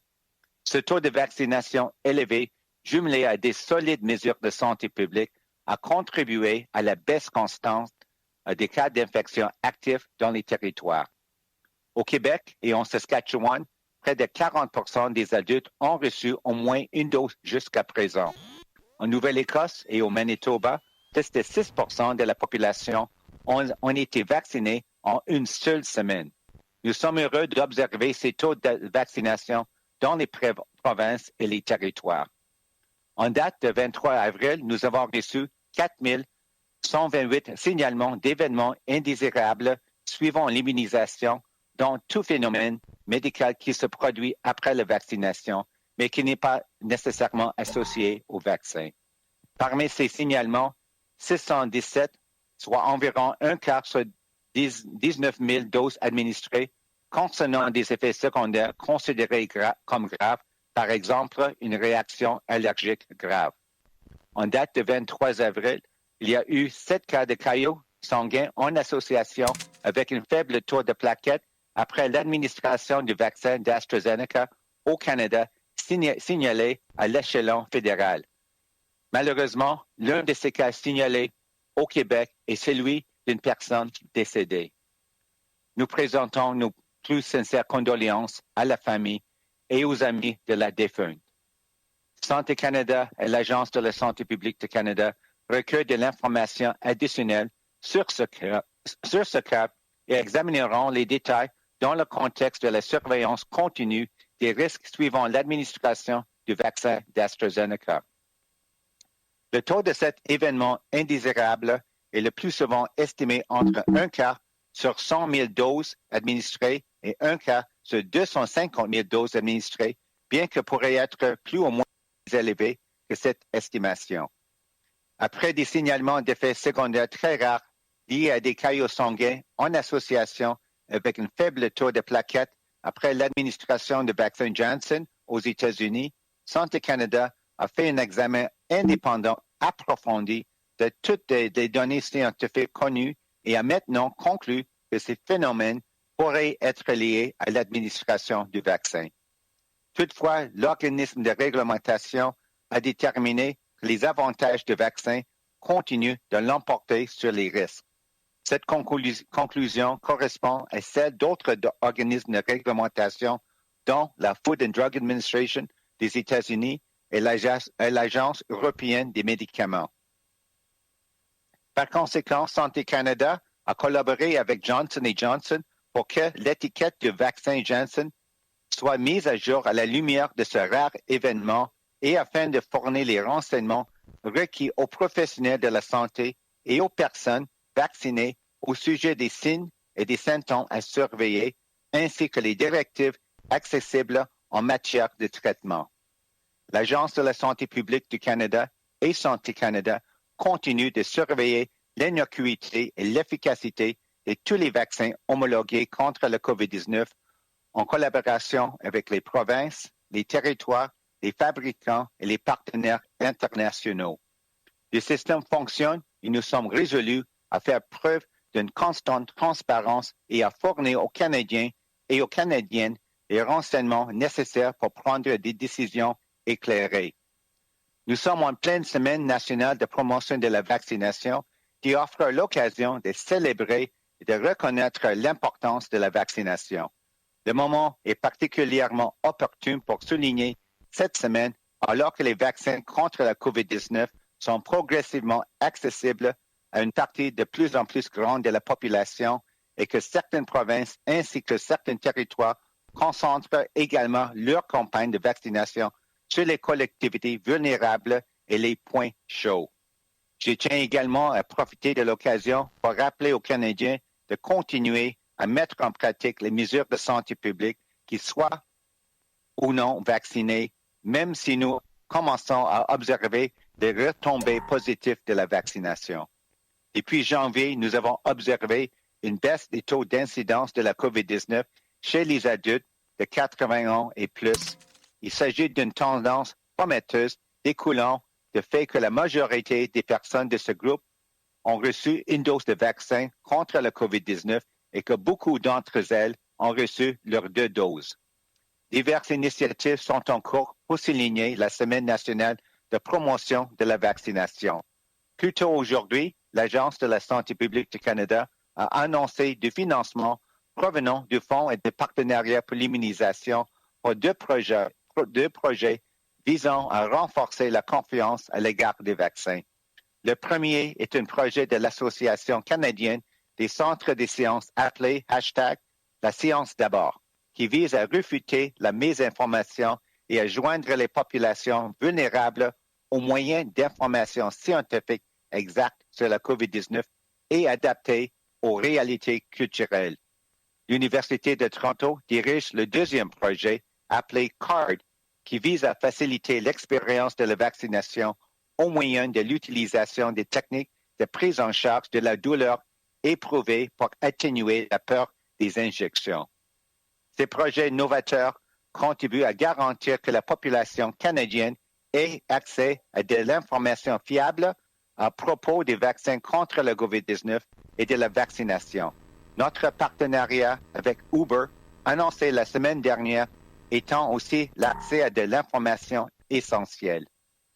Lancée plus tôt ce mois-ci, la campagne #Mes raisons pour une hausse de taux de vaccination se poursuivra tout au long du déploiement des vaccins. La campagne demande aux gens ce qui les motive à se faire vacciner contre la COVID-19 et à faire part de leurs raisons dans les médias sociaux. J'encourage les gens de partout au pays à participer à cette initiative. Votre témoignage pourrait convaincre quelqu'un d'autre de se faire vacciner et de témoigner aussi, ce qui accroît la protection de nos collectivités et passe le mot sur l'importance de la vaccination. Si vous avez encore des questions à propos des vaccins contre la COVID-19, n'attendez pas. Posez-les à une source fiable comme votre fournisseur de soins de santé afin de prendre une décision éclairée à propos de la vaccination quand ce sera votre tour, ce qui pourrait être très bientôt. Merci et j'invite maintenant le Major-Général Fortin puis le Dr. Wong à prendre la parole. Merci beaucoup, Dr. Njoo. Good afternoon, everyone. To date, we have distributed over 15 million vaccines of all types to provinces and territories. Yesterday, we completed the distribution of 1 million doses of Pfizer-BioNTech, and this week's distribution of 65,000 doses of Moderna is in progress. We also received 300,000 doses of the Janssen vaccine earlier this week. Vaccines arrived last night. They will go through a thawing process and be prepared for use. Once shipments are repackaged, deliveries will start to provinces, and this is expected at the beginning of next week. As with other vaccines, the allocation for Janssen to provinces and territories will be on a per capita basis, maximizing national impact and ensuring equity. Now, starting next week, we are set to receive 2 million doses weekly from Pfizer-BioNTech. In June, this is expected to increase to 2.4 million doses a week. For this quarter, it will bring the total expected of Pfizer-BioNTech doses to more than 24 million. The next Moderna shipment is expected to be slightly more than 1 million, and we're planning on distributing to provinces and territories over the course of the week of May 10th. Discussions are ongoing with Moderna to regulate its delivery process by determining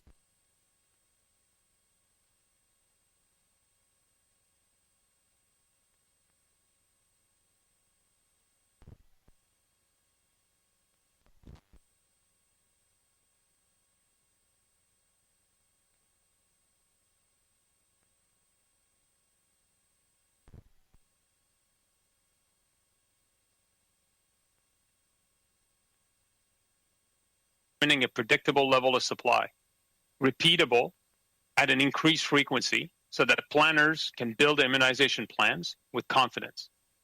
We'll communicate quantities and schedule to provinces and territories as soon as we can firm up details. Despite the recent reduction in delays, Moderna intends to come as close as possible to the 12.3 million doses objective for this quarter. We'll provide additional updates as they become available on that in that regards. In closing, the ramping up of the vaccine rollout continues with the arrival in country of another vaccine. We'll see at least 2 million a week moving forward. And this allows more and more Canadians to get vaccinated quickly and efficiently. Bonjour à tous et à toutes. Nous avons ce jour distribué aux provinces et aux territoires près de 15 millions de doses de tous les vaccins homologués contre la COVID-19. Nous avons terminé hier la distribution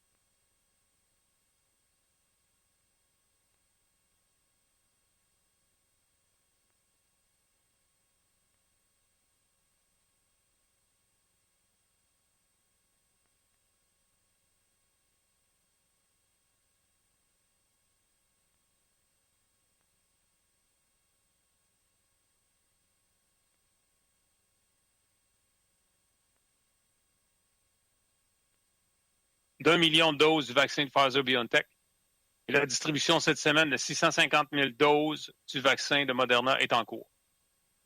Nous avons aussi reçu 300 000 doses du vaccin de Janssen cette semaine. Ces vaccins arrivés hier soir seront soumis à un processus de décongélation et seront préparés pour l'emploi. Les livraisons aux provinces et aux territoires commenceront une fois que les envois auront été préparés, emballés, et ce qui est prévu pour le début de la semaine prochaine. Comme pour tous les vaccins, l'attribution des vaccins de Janssen dans les provinces et territoires se fera selon le nombre de personnes, soit par capita, afin d'optimiser les résultats à l'échelle nationale et garantir l'équité.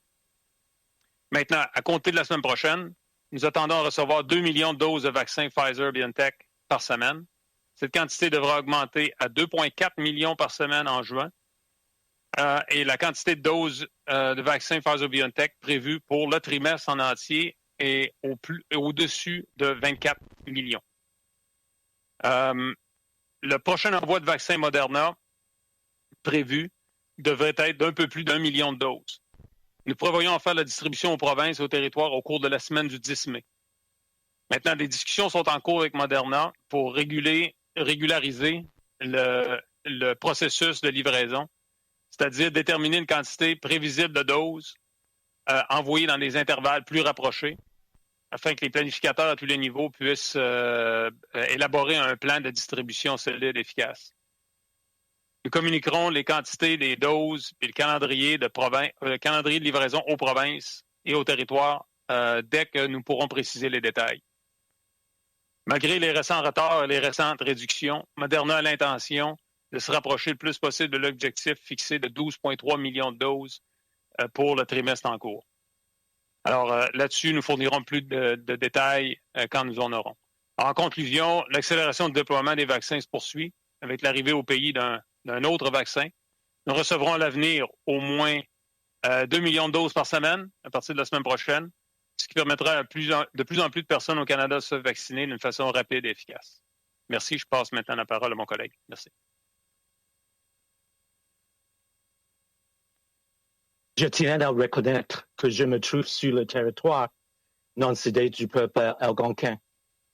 Le taux de cas actifs de COVID-19 dans les collectivités des Premières Nations étant à son plus bas niveau depuis le mois de novembre dernier. Today, I can share that COVID active cases rates in First Nations communities on reserve is at the lowest since last November. This is attributed to the tremendous efforts of Indigenous leaders, frontline workers, successful vaccine campaigns in Indigenous communities across Canada, as well as other strict public health measures in place. As of April 27th, a total of 366,418 doses of vaccines have been administered in 661 communities, with close to 60% of adults in First Nations communities, as well as over 70% of adults living in the territories who have received at least one dose of a COVID-19 vaccine. In addition to Northern Indigenous communities, I want to highlight that there are many vaccination campaigns for urban Indigenous populations across Canada. In Halifax, Montreal, Toronto, Ottawa, Hamilton, North Bay, Sudbury, Thunder Bay, Winnipeg, Brandon, Portage, Thompson, Regina, Prince Albert, Calgary, Edmonton, and Vancouver, to name just a few. The Métis Nation of Saskatchewan organized a 2-day vaccination clinic in Saskatoon last week, where they vaccinated close to 300 urban Métis members. These are just some examples of the truly remarkable efforts of First Nations, Inuit, and Métis partners to offer vaccines to as many as possible to help turn the COVID-19 pandemic around. Miigwech, Nakumik, merci, thank you, and merci. We will now open the phone lines to questions. We ask that you limit yourself to one question and only one follow-up. We will be taking your questions in both official languages. Nous vous demandons de vous limiter à une question et seulement une question suivie. Vous pouvez poser vos questions dans l'une ou l'autre des langues officielles. We will start with the first question. Première question, opérateur. Thank you. Merci. Please press star 1 at this time if you have a question. S'il vous plaît, appuyez sur étoile 1 maintenant pour poser une question. The first question is from, la première question est de David Thurton, CBC News. Please go ahead, à vous la parole. Hi, thanks for taking our questions. Ontario and Quebec have announced today that their timelines for everyone over the age of 18 to book a vaccination appointment. So I'm just wondering, what's changed in your messaging to the provinces that has allowed them to, flip the switch and, release shorter timelines so that, more Canadians can get vaccinated?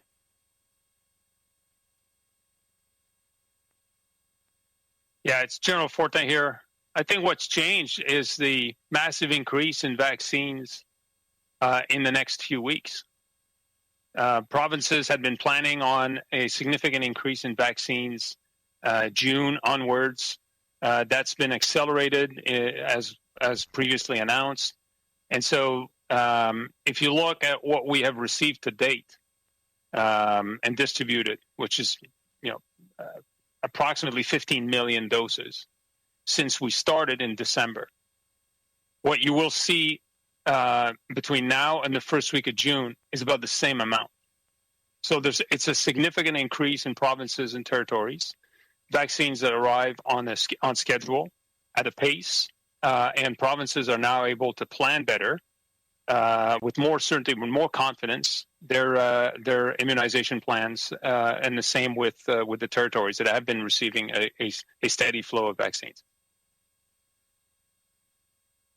So today we heard from Ontario and Quebec moving forward their timelines for people under 18. When do you anticipate, Major-General Fortin, when do you anticipate other provinces will be able to open up vaccinations to all adults? Well, my colleagues and I are in constant conversation with provinces, as well as CPHO and Dr. Tam, Dr. Njoo, and others at various tables. And we constantly hear the different perspectives from the provinces and territories. There are pilot programs with more pharmacies, more modalities, drive-through clinics in Saskatchewan, walk-in clinics in different provinces. Most provinces are exploring new modalities and ways to distribute even more through more locations the different vaccines that are coming online. I think the provinces would have to make those comments at this point. Wouldn't want to speak on their behalf, but just the number of vaccines that are being made available to provinces and territories in the coming weeks will allow them to adjust their plans and share that with us. Merci beaucoup. Prochaine question. Thank you. Merci. The next question is from, la prochaine question est de Catherine Lévesque de la Presse canadienne. Please go ahead. À vous la parole. Oui, bonjour à vous tous. Ma première question est pour Dr. Njoo. Je me demandais, est-ce que vous avez des recommandations à faire, à savoir qui devrait recevoir ces doses de Johnson & Johnson? Est-ce que les provinces devraient, par exemple, les réserver aux travailleurs essentiels ou encore les diriger dans les zones chaudes là, où on retrouve davantage de cas? Est-ce que ça pourrait être une solution que vous pourriez recommander? Alors, merci pour la question. Je pense que moi, avec tout le monde, on attend avec impatience parce que notre comité consultatif national de l'immunisation est en train de analyser les données probantes concernant le vaccin de Johnson & Johnson. Et puis, je pense que bientôt, peut-être ils vont faire une déclaration. Donc, je pense qu'après ça, c'est vraiment pour les provinces et territoires de regarder c'est quoi les recommandations de CCNI et puis après utiliser le vaccin dans leur propre contexte, dans leur juridiction pour leur propre programme de vaccination. Moi, je peux dire, on est en train, on a eu des bonnes conversations, même à l'heure actuelle, avec nos homologues des provinces et territoires, et c'est sûr, c'est un autre outil, un autre vaccin dans notre portefeuille, et c'est aussi il y a quelques caractéristiques, par exemple, selon le fabricant, ça exige seulement une dose, et c'est quelque chose à considérer par les programmes de vaccination dans les provinces et territoires. Mais je pense que la première étape, c'est attendre les recommandations de CCNI, puis après, on continue nos discussions avec les provinces et territoires. Merci. OK, donc j'avais cru comprendre que le CCNI, c'était indépendant. Donc, je me demandais si vous, là, comme venant de l'Agence de la santé publique, vous aviez peut-être une recommandation à faire. J'ai aussi une question peut-être un peu plus personnelle pour peut-être Monsieur Major-Général Fortin et vous, Dr. Njoo également. Là, ça fait des semaines et des mois que vous êtes devant nous à tenir des conférences de presse, des briefings techniques. Et là, tout d'un coup, on a l'Ontario et le Québec aujourd'hui qui nous annoncent qu'ils vont commencer à vacciner la population générale. Je me demandais comment est-ce que vous vous sentez actuellement de voir que peut-être que, justement, l'ensemble des Canadiens vont commencer à être vaccinés en masse. Voilà, si vous pouviez peut-être répondre les deux, comment vous vous sentez alors qu'on a ces bonnes nouvelles. Merci. Bon, peut-être moi, je peux commencer par aussi répondre à la dernière question. Pour moi aussi, moi, j'ai comme une certaine compétence, mais je ne suis pas un expert dans tous les domaines comme médecine, pédiatre, l'immunologie. Donc, j'attends avec impatience vraiment les recommandations de tous les experts de notre comité indépendant. Donc, comme aussi les homologues des provinces et territoires, on attend les recommandations de CCNI. Et c'est sûr, comme avant, les provinces et territoires, c'est vraiment les médecins hygiénistes. Ils utilisent leur expertise, aussi perspective de la santé publique pour, opérationnaliser les recommandations dans leur propre contexte, qu'est-ce qui sort de CCNI. Pour la deuxième question, moi, je pense aussi, je ne peux pas parler pour Major-General Fortin, mais wow, pour moi, ça, c'est quelque chose, vraiment des bonnes nouvelles. On attend avec...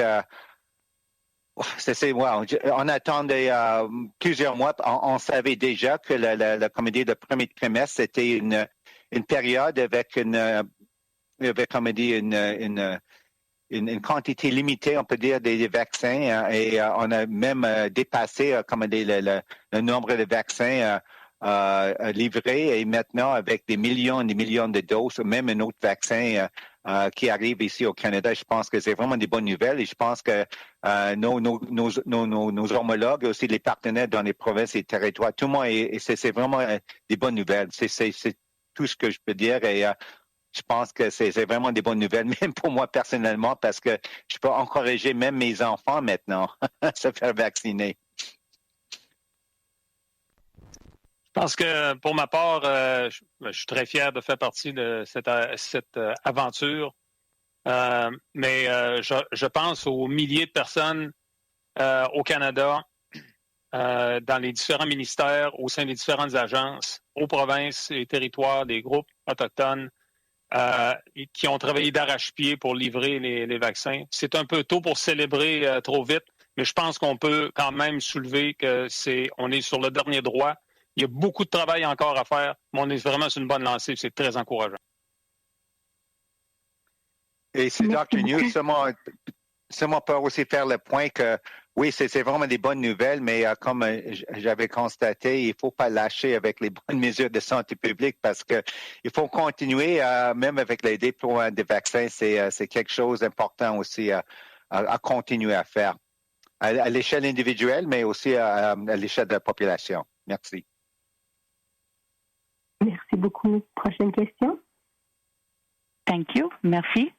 The next question is from. La prochaine question est de Dylan Robertson de Winnipeg Free Press. Please go ahead. À vous la parole. Hi, Dr. Njoo. North Dakota is now offering vaccinations to Manitoba teachers, and the Manitoba Premier says that these teachers don't have to quarantine if they cross the border to get the shots and immediately return. I'm wondering from a public health perspective if it's safe to have teachers crossing an international border for vaccines, and what it says that, provinces are leaning on Americans to immunize essential workers.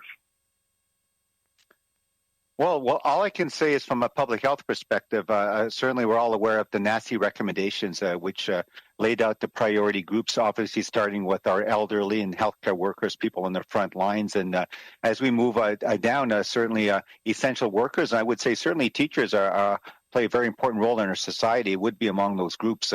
But just as we answered with sort of the previous question, we're anticipating getting many millions of doses into the country, and obviously a large, obviously on a per capita basis, many of those doses are going to Manitoba and Manitobans, and so certainly our understanding expectation is that the Manitoba officials are looking at their vaccination program.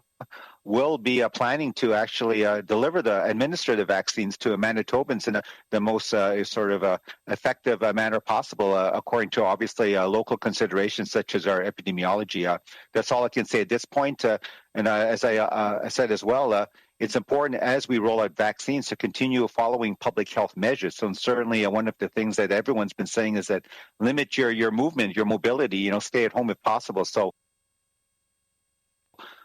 that's all I'll say on that in terms of, stay at home, wait your turn. And I think certainly the doses are coming. And I think just as was mentioned before with other provinces, also lowering the age and making it available to many more Canadians, I anticipate the same situation applies to Manitoba. Thank you.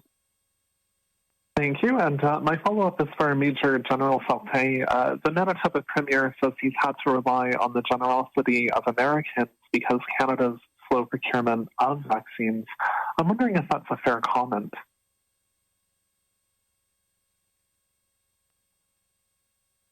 Well, all I could tell you is that the numbers increase. And next week, Manitoba, for instance, can expect to receive 73,000 Pfizer vaccines, and more in the following weeks as Moderna starts arriving on a steady pace. So while the doses may not have been sufficient to vaccinate at the pace that was expected earlier, we are getting far more than expected next month than we had originally anticipated for the month of May. So it will increase. More doses are coming, and I know that the Manitobans are doing a lot of great work optimizing the different distribution or the different immunization platforms and modalities to include the RBC Center in Winnipeg with a throughput of 5,000 doses a day. So it's quite remarkable. Merci. Prochaine question. Thank you. Merci. The next question is from. La prochaine question est de Estelle Côté-Sroca de Radio-Canada. Please go ahead. À vous la parole. Bonjour, j'ai une question concernant les vaccins de Johnson & Johnson qu'on vient de recevoir. J'aimerais savoir d'où viennent ces vaccins. Est-ce qu'ils viennent des États-Unis, de cette usine Emergent à Baltimore, au Maryland? Et si oui, comment pouvez-vous garantir que ces vaccins-là sont sécuritaires étant donné les problèmes qu'on a connus à cette usine de Baltimore?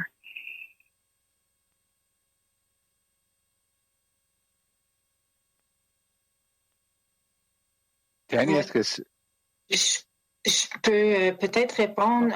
On ne peut pas divulguer d'où vient la manufacture de ce vaccin-là. Santé Canada régularise le vaccin et il pourrait probablement répondre à cette question que vous demandez. Merci. C'est Général Fortin. Je pourrais ajouter que pour des raisons que j'ai expliquées à plusieurs reprises, mes collègues aussi, depuis décembre dernier, on ne divulgue pas certains détails de notre chaîne d'approvisionnement pour des raisons évidentes. Mais je vous assure que le produit qui arrive est sécuritaire et puis il sera distribué dans les plus brefs délais. J'aimerais savoir justement qu'est-ce que vous faites pour vous assurer qu'on n'a pas reçu ces vaccins qui étaient destinés à être jetés, parce qu'on sait qu'il y a eu des gros problèmes à cette usine-là avec plusieurs milliers de doses qui étaient destinées à la poubelle. Donc, j'aimerais savoir c'est quoi le processus que vous prenez pour vous assurer que ce ne sont pas ces vaccins-là qu'on a reçus. Puis finalement, le processus pour garantir que les vaccins qu'on reçoit sont sécuritaires et que ce sont les bonnes doses, pas celles qui étaient destinées à être jetées.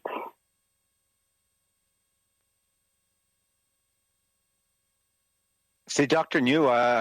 Ce que je peux vous dire maintenant, c'est on sait que nos collègues à Santé Canada, c'est fait partie de leur comme des processus d'approbation. C'est pas seulement regarder avec les données probantes des essais cliniques pour regarder, analyser l'efficacité et aussi c'est quoi les avantages et risques pour les vaccins, mais c'est aussi regarder, comme dit, les processus pour fabriquer les vaccins. Donc, ça fait partie de le processus au complet pour l'approbation des vaccins, incluant aussi la livraison. Mais je pense que peut-être un peu à vous donner des autres renseignements de Santé Canada plus tard. Merci beaucoup. Prochaine question. Thank you. Merci. The next question is from. La prochaine question est de Mackenzie Gray, CTV News. Please go ahead. À vous la parole. Hey there. My first question is for Major General Fortin on Moderna. In the previous shipment that was delayed by a week, you've been saying consistently for the full period of time that they were coming every 2 weeks. So kind of by the calculations I had, we were expecting a Moderna shipment come next week in the first week of May. You're saying it's going to be delayed a week. So can we expect that every subsequent shipment will kind of be pushed back a week, or is Moderna committed to meeting what their original schedule was that you had outlined before? Thank you, Mackenzie. Moderna moved from a 3-week schedule to a 2-week schedule, and experienced some challenges with the quality assurance processes in terms of backlog, and they assure us now that they're coming out of this strong. They've increased their production. They're aiming to provide as many doses as possible, up to the 12.3 that they had committed to for this quarter. And over the next 9 weeks, this would mean, if you even it out, about 1 million a week. And starting the week of May 10th, we will deliver 1 million, just a little over 1 million that week. And we're just nailing down the last detail to make sure that we have a good understanding of the flow and the rhythm. And I think next week I'll be in a better position to confirm what that looks like moving forward. But we're looking at increasing the frequency and have a predictable quantity on a regular basis so that we can plan, execute effectively the immunization plans at all levels. Thanks, Major-General Fortin. My follow-up is for Dr. Njoo. I want to just go back to what you and Dr. Tam talked about on Friday with the modeling. There's been a lot of talk about the 75% of Canadians being vaccinated, plus a 20% being fully vaccinated means that restrictions can be lifted. Dr. Njoo, can you give us an outline of when you talk about restrictions being lifted, what kind of restrictions would be able to come up at that point in time? Well, thank you very much for the question, Mackenzie. Maybe I'll just go back to what Dr. Tam and I present. I think it was Friday.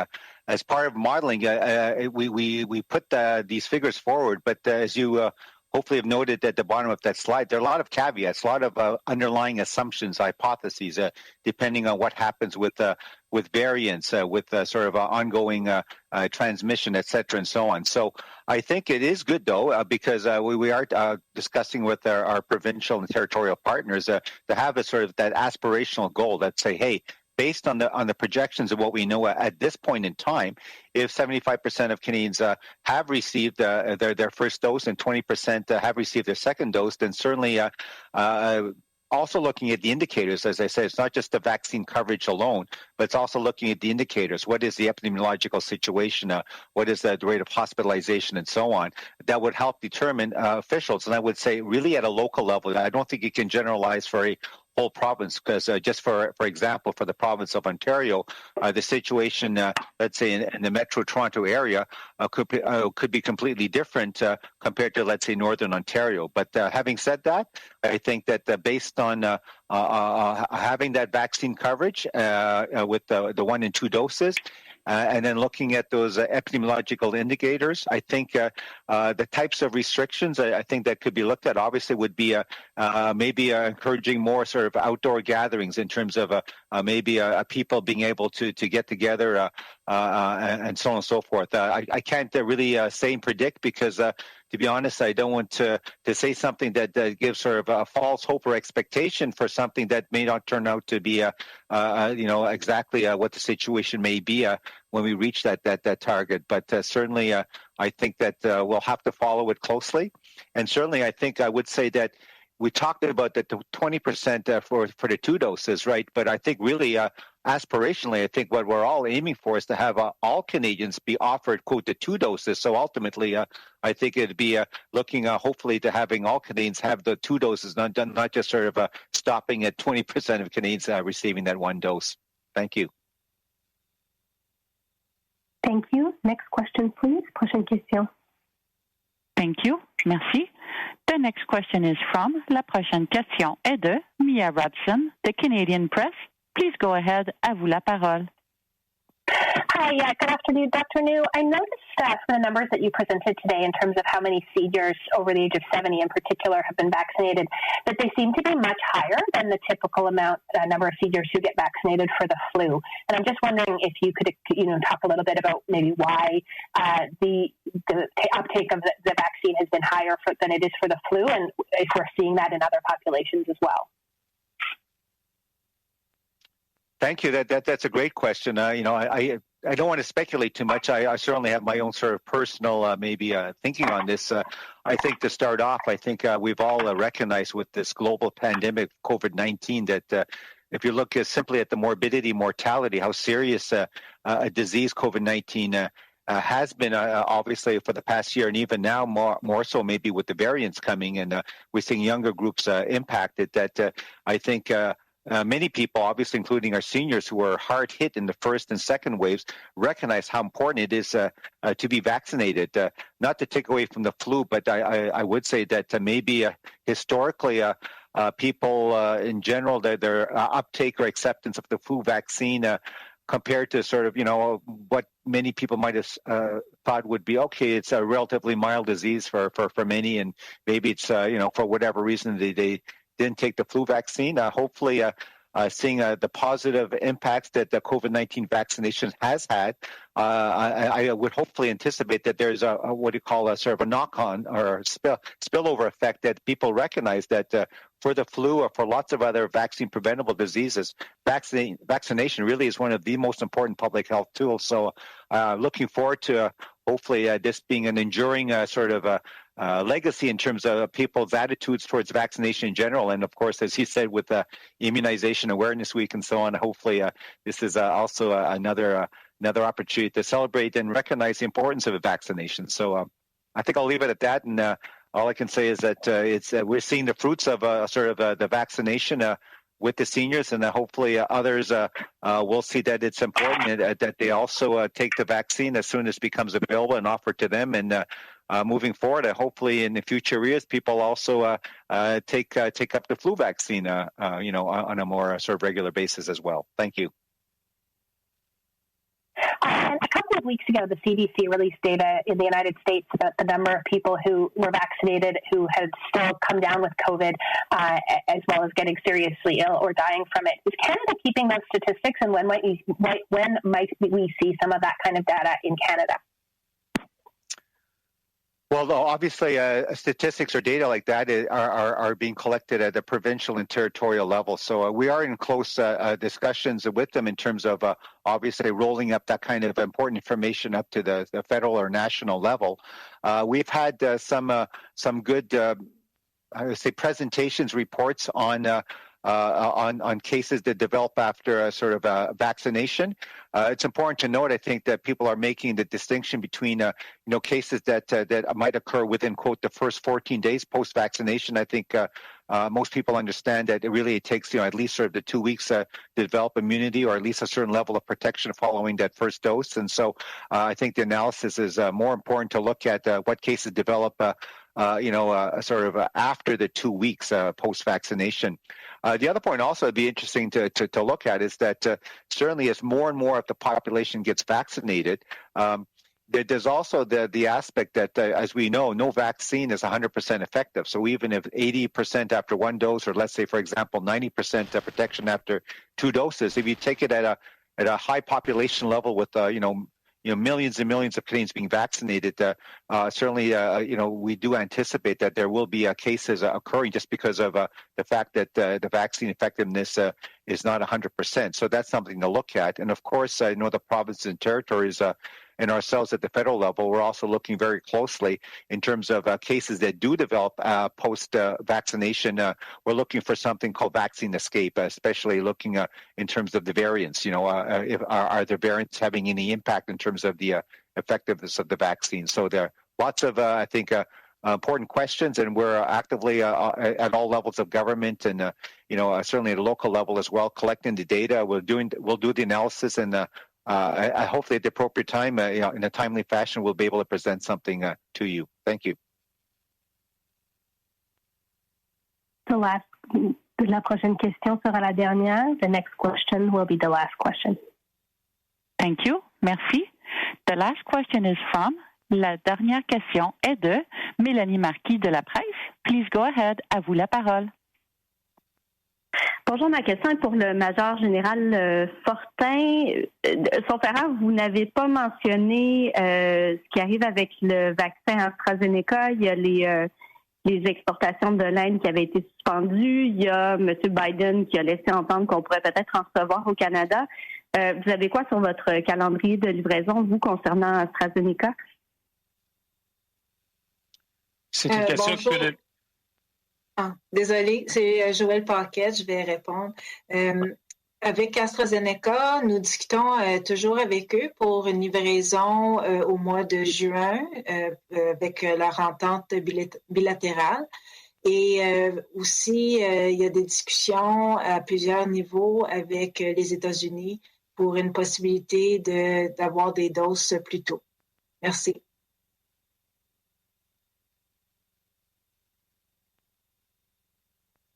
Peut-être, Major-Général Fortin, si vous vouliez peut-être ajouter quelque chose, je ne sais pas si la réponse est différente. Puis, ma question suivie, en fait, c'est par rapport à la sortie de M. O'Toole ce matin qui demandait à Justin Trudeau de s'assurer que tous les Canadiens aient accès à un vaccin d'ici la longue fin de semaine de mai. Si je vous replonge encore dans votre calendrier de livraison, est-ce que c'est quelque chose qui est dans le domaine du possible selon vous? Alors, pour la première question, j'allais justement demander à mes collègues de répondre. Pour ce qui est de calendrier de livraison, comme j'ai indiqué, 2 millions par semaine de Pfizer à partir de la semaine prochaine. Et puis, d'ici début juin, on peut voir près de 15 millions de doses, tout inclus, Pfizer, Moderna, et ce qu'on espère voir si quelque chose peut être amené plus tôt. Par exemple, Johnson & Johnson fait partie du lot, avec ce qu'on a cette semaine. Je crois qu'on a maximisé nos quantités, certainement, dans les calendriers que je vois, maximiser les quantités qui peuvent être déployées à l'échelle nationale au cours des prochaines semaines. D'ici la longue fin de semaine de mai, je pense qu'on va être en très bonne posture à l'échelle nationale pour avoir vacciné un grand nombre de personnes. Maintenant, c'est vraiment aux provinces et aux territoires d'administrer. Vous savez, comme j'ai déjà indiqué par le passé, dans plusieurs cas, les doses peuvent arriver dans une juridiction, mais il faut les redistribuer un peu partout, dans certains endroits éloignés, certains endroits des cliniques rurales, dans les réserves, un peu partout dans les territoires, les provinces. Alors, ça prend un certain temps pour les déployer et administrer ces doses sur une cédule. Alors, tout ça pour dire que d'ici le 3e de mai, je pense qu'on va avoir une très grande quantité de doses un peu partout au pays. Il reste à savoir si les provinces et territoires sentent qu'ils sont en bonne posture pour avoir maximisé ou pour avoir vacciné la grande majorité des populations ciblées. This show has been produced by... Okay, so we have next Joe Biden addressing the U.S. Congress, and he is talking about the American Jobs Plan and other programs that he wants to put in place in order to help the U.S. economy thrive, help the middle class have fewer struggles and be able to pay the bills and live more comfortably. So let's listen to what Mr. Biden has to say to the U.S. Congress.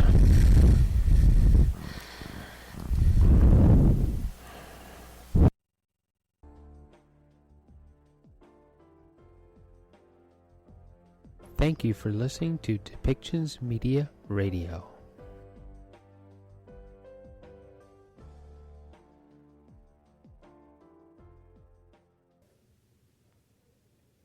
Members of Congress, I have the high privilege and distinct honor to present to you the President of the United States.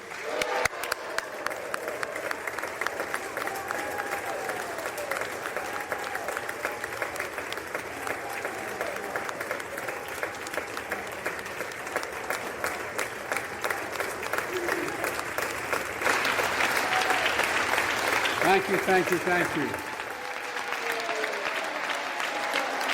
Good to be back.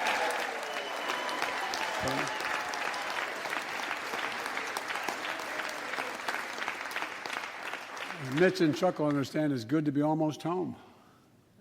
Down the hall. Anyway, thank you all. Madam Speaker, Madam Vice President.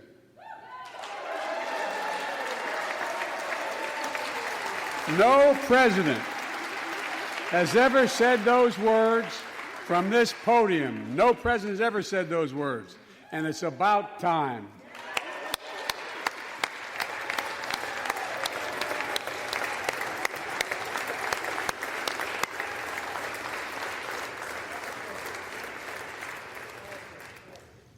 First Lady,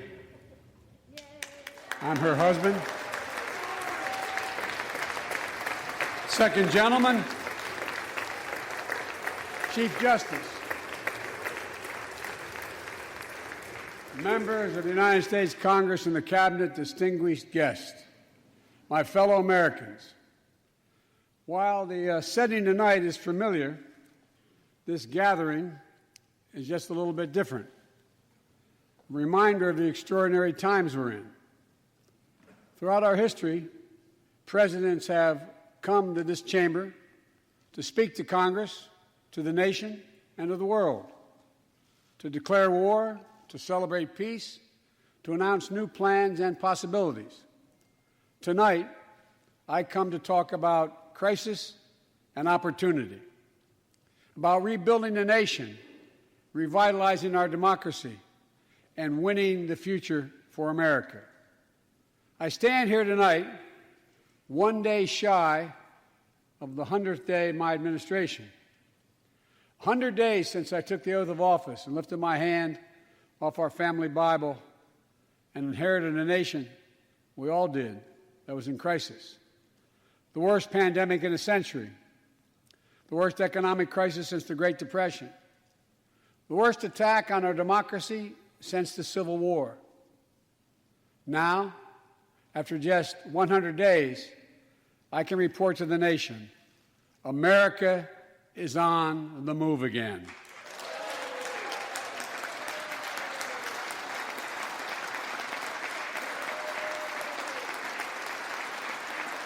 Turning peril into possibility, crisis to opportunity, setbacks into strength. We all know life can knock us down, but in America, we never, ever, ever stay down. Americans always get up. Today, that's what we're doing. America's rising anew, choosing hope over fear, truth over lies, and light over darkness. After 100 days of rescue and renewal, America is ready for a takeoff, in my view. We're working again, dreaming again, discovering again, and leading the world again. We have shown each other and the world that there's no quit in America, none. 100 days ago, America's house was on fire. We had to act. And thanks to the extraordinary leadership of Speaker Pelosi, Majority Leader Schumer, and the overwhelming support of the American people, Democrats, Independents, and Republicans, we did act. Together we passed the American Rescue Plan, one of the most consequential rescue packages in American history. We're already seeing the results.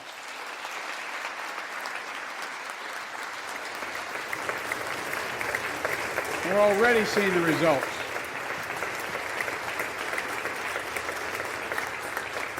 After I promised we'd get 100 million COVID-19 vaccine shots into people's arms in 100 days, we will have provided over 220 million COVID shots in those 100 days. Thanks to all the help of all of you. We're marshaling, with your help, everyone's help, we're marshaling every federal resource. We've gotten vaccines to nearly 40,000 pharmacies and over 700 community health centers where the poorest of the poor can be reached.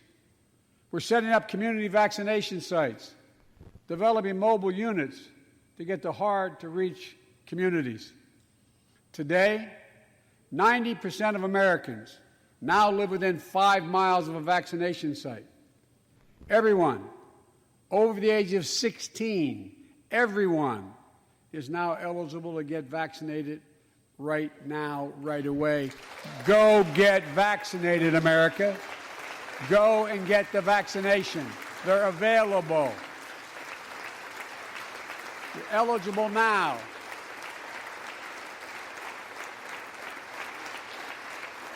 When I was sworn in on January 20th, less than 1% of the seniors in America were fully vaccinated against COVID-19. 100 days later, 70% of seniors in America over 65 are protected, fully protected. Senior deaths from COVID-19 are down 80% since January, down 80% because of all of you. And more than half of all the adults in America have gotten at least one shot. A mass vaccination center in Glendale, Arizona, I asked the nurse, I said, "What's it like?" She looked at me and she said, "It's like every shot is giving a dose of hope," was her phrase, a dose of hope. A dose of hope for an educator in Florida was a child suffering from an autoimmune disease, wrote to me, said she was worried about bringing the virus home. She said she then got vaccinated at a large site in her car. She said she sat in her car when she got vaccinated and just cried out of joy and cried out of relief. Parents, seeing the smiles on their kids' faces for those who are able to go back to school because the teachers and school bus drivers and cafeteria workers have been vaccinated. Grandparents, hugging their children and grandchildren instead of pressing hands against the window to say goodbye. It means everything. Those things mean everything. You know, there's still, you all know it, you know it better than any group of Americans, there's still more work to do to beat this virus. We can't let our guard down. But tonight, I can say, because of you, the American people, our progress these past 100 days against one of the worst pandemics in history has been one of the greatest logistical achievements this country's ever seen. What else have we done in those first 100 days? We kept our commitment, Democrats and Republicans, of sending $1,400 rescue checks to 85% of American households. We've already sent more than 160 million checks out the door. It's making a difference. You all know it when you go home. For many people, it's making all the difference in the world. The single mom in Texas who wrote me, she said she couldn't work, but she said the relief check put food on the table and saved her and her son from eviction from their apartment. A grandmother in Virginia who told me she immediately took her granddaughter to the eye doctor, something she said she put off for months because she didn't have the money. One of the defining images, at least from my perspective in this crisis, has been cars lined up for miles. And not people just barely able to start those cars, nice cars, lined up for miles, waiting for a box of food to be put in their trunk. I don't know about you, but I didn't ever think I'd see that in America. And all of this is through no fault of their own. No fault of their own, these people are in this position. That's why the rescue plan is delivering food and nutrition assistance to millions of Americans facing hunger. And hunger's down sharply already. We're also providing rental assistance. You all know this, but the American people, I want to make sure they understand. Keeping people from being evicted from their homes. Providing loans to small businesses that reopen and keep their employees on the job. During these 100 days, an additional 800,000 Americans enrolled in the Affordable Care Act when I established a special sign-up period to do that. 800,000 in that period. We're making one of the largest one-time ever investments, ever, in improving health care for veterans. Critical investments to address the crisis.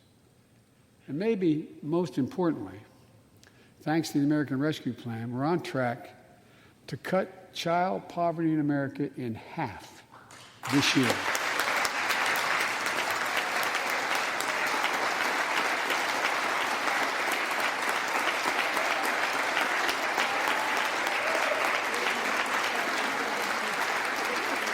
And in the process,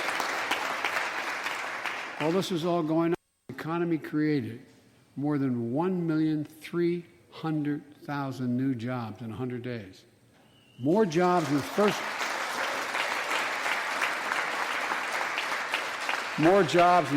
100 days than any president on record. The International Monetary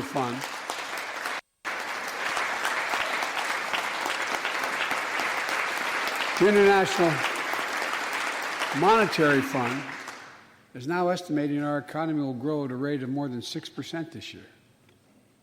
That will be the fastest pace of economic growth in this country in nearly 4 decades. America's moving forward.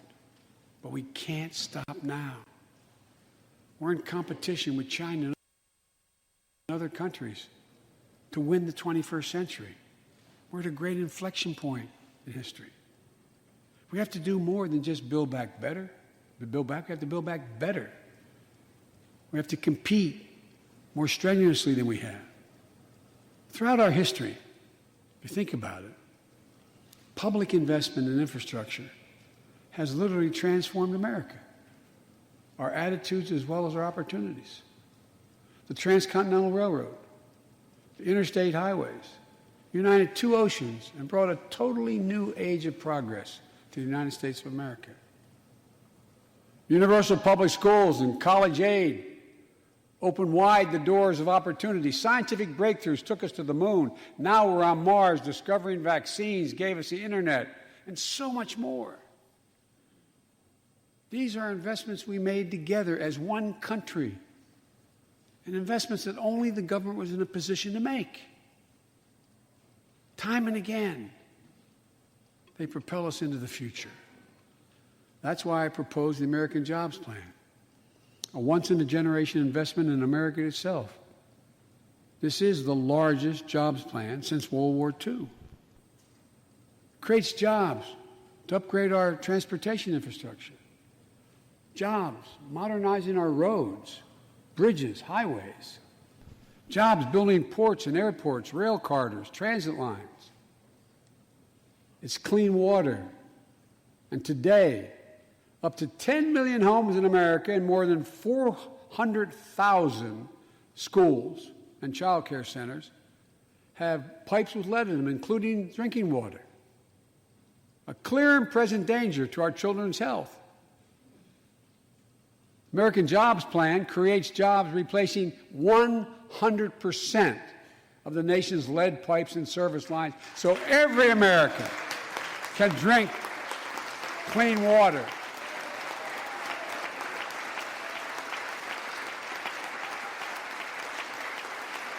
And the process will create thousands and thousands of good-paying jobs. It creates jobs connecting every American with high-speed internet, including 35% of the rural America that still doesn't have it. This is going to help our kids and our businesses succeed in the 21st century economy. And I'm asking the Vice President to lead this effort, if she would, because I know it will get done. Creates jobs building a modern power grid. Our grids are vulnerable to storms, hacks, catastrophic failures with tragic results, as we saw in Texas and elsewhere during the winter storms. The American Jobs Plan will create jobs that lay thousands of miles of transmission lines needed to build a resilient and fully clean grid. We can do that. Look, the American Jobs Plan will help millions of people get back to their jobs and back to their careers. 2 million women have dropped out of the workforce during this pandemic. 2 million. And too often because they couldn't get the care they needed to care for their child or care for an elderly parent who needs help. 800,000 families are on the Medicare waiting list right now to get home care for their aging parent or loved one with disability. If you think it's not important, check out in your own district, Democrat or Republican, Democrat or Republican voters. Their great concern, almost as much as their children, is taking care of an elderly loved one who can't be left alone. Medicaid contemplated it, but this plan is going to help those families and create jobs for our caregivers with better wages, better benefits, continuing a cycle of growth. For too long, we've failed to use the most important word when it comes to meeting the climate crisis: jobs. Jobs. Jobs.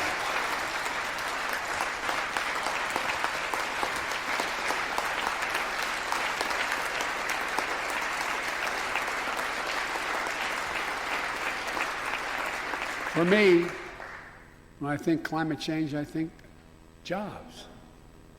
The American Jobs Plan will put engineers and construction workers to work building more energy-efficient buildings and homes. Electrical workers, IBEW members installing 500,000 charging stations along our highways so we can own the electric car market. Farmers planting cover crops so they can reduce the carbon dioxide in the air and get paid for doing it. Look, think about it. There is simply no reason why the blades for wind turbines can't be built in Pittsburgh instead of Beijing. No reason. None. No reason. So, folks, there's no reason why American workers can't lead the world in the production of electric vehicles and batteries. I mean, there is no reason. We have the capacity. We're the brightest, best trained people in the world. The American Jobs Plan is going to create millions of good-paying jobs, jobs Americans can raise a family on. As my dad would then say, with a little breathing room. And all the investments in the American Job Plan will be guided by one principle: buy American. Buy American. And I might note parenthetically, that does not violate any trade agreement. It's been the law since the 30s. Buy American. American tax dollars are going to be used to buy American products made in America to create American jobs. That's the way it's supposed to be, and it will be in this administration.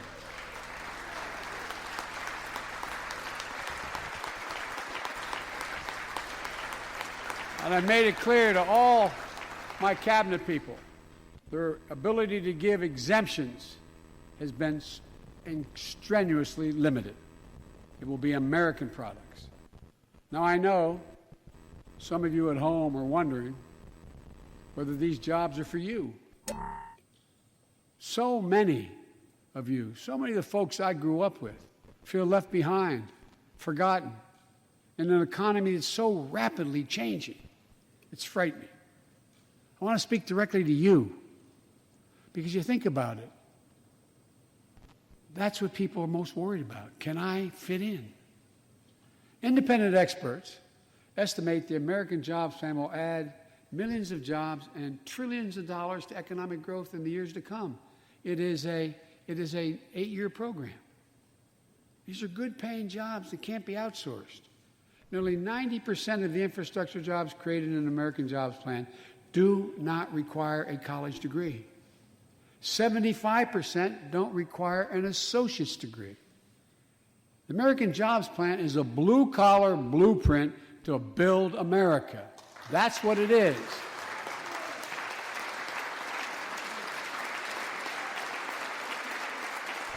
And it recognizes something I've always said in this chamber and the other. Good guys and women on Wall Street, but Wall Street didn't build this country. The middle class built the country, and unions built the middle class. So that's why I'm calling on Congress to pass Protect the Right to Organize Act, the PRO Act, and send it to my desk so we can support the right to unionize. And by the way, while you're thinking about sending things to my desk, let's raise the minimum wage to $15. No one working 40 hours a week, should live below the poverty line. We need to ensure greater equity and opportunity for women. And while we're doing this, let's get the Paycheck Fairness Act to my desk as well. Equal pay. It's been much too long. And if you wonder whether it's too long, look behind me.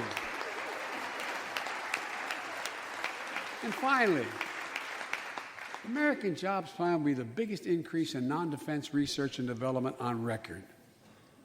We'll see more technological change, and some of you know more about this than I do. We'll see more technological change in the next 10 years than we saw in the last 50. That's how rapidly artificial intelligence and so much more is changing. And we're falling behind the competition with the rest of the world. Decades ago, we used to invest 2% of our gross domestic product in America, 2% of our gross domestic product in research and development. Today, Mr. Secretary, that's less than 1%. China and other countries are closing in fast. We have to develop and dominate the products and technologies of the future. Advanced batteries, biotechnology, computer chips, clean energy. The Secretary of Defense can tell you, and those of you who work in national security issues know, the Defense Department has an agency called DARPA, the Defense Advanced Research Project Agency. The people who set up before I came here, and a long time ago, to develop breakthroughs that enhance our national security. That's their only job. And it's a semi-separate agency. It's under the Defense Department. It's led to everything from the discovery of the internet to GPS and so much more that's enhanced our security. The National Institute of Health, the NIH, I believe, should create a similar advanced research projects agency for health. And here's what it would do. It would have a singular purpose: to develop breakthroughs to prevent, detect, and treat diseases like Alzheimer's, diabetes, and cancer. I'll still never forget when we passed the cancer proposal last year as vice president. Almost $9 million going to NIH. And if you excuse the point of personal privilege, I'll never forget you standing, Mitch, and saying, "Name it after my son." It meant a lot. But so many of us have to see sons, daughters, and relatives who died of cancer. I can think of no more worthy investment. I know of nothing that is more bipartisan. So let's end cancer as we know it. It's within our power. It's within our power to do it.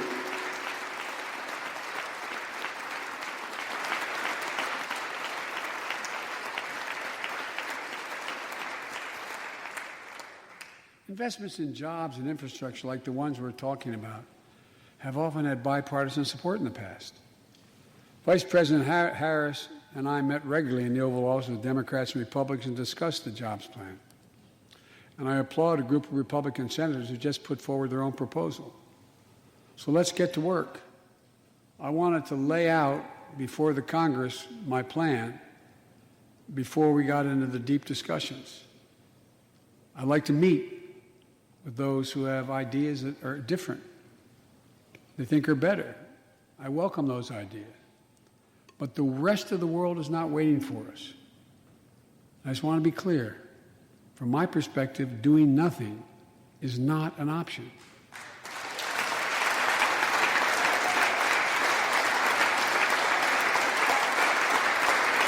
Look,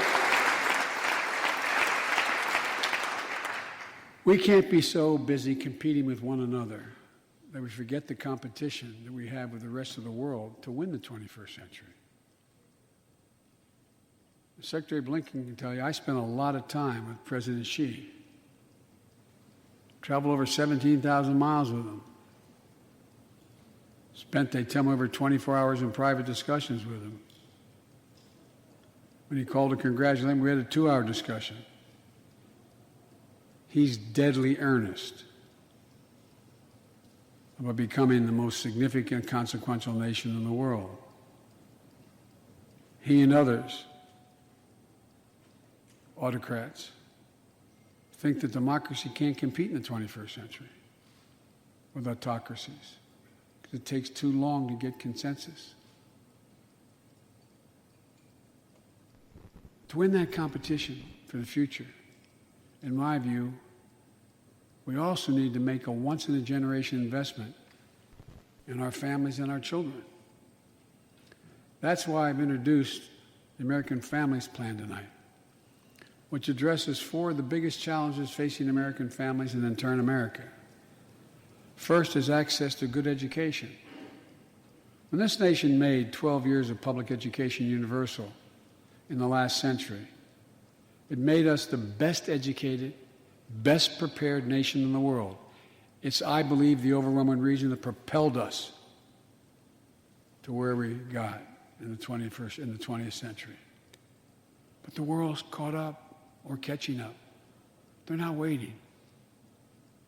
I would say parenthetically, if we were sitting down, we set a bipartisan committee together and said, okay, we're going to decide what we do in terms of government providing for free education. I wonder whether we'd think, as we did in the 20th century, that 12 years is enough in the 21st century. I doubt it.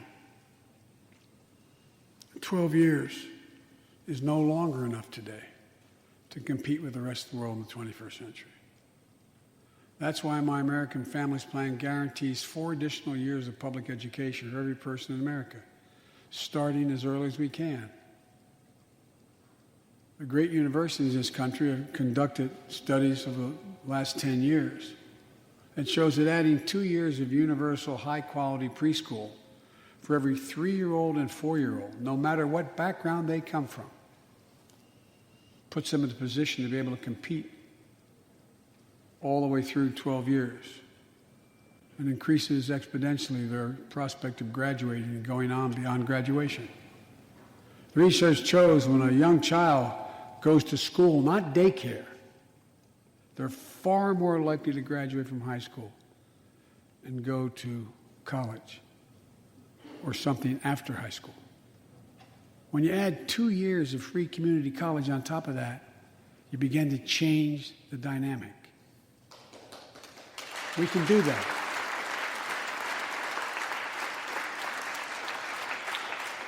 And we'll increase Pell Grants and invest in historical black colleges and universities, tribal colleges, minority-serving institutions. The reason is they don't have the endowments. But their students are just as capable of learning about cybersecurity, just as capable of learning about metallurgy, all the things that are going on that provide those jobs of the future.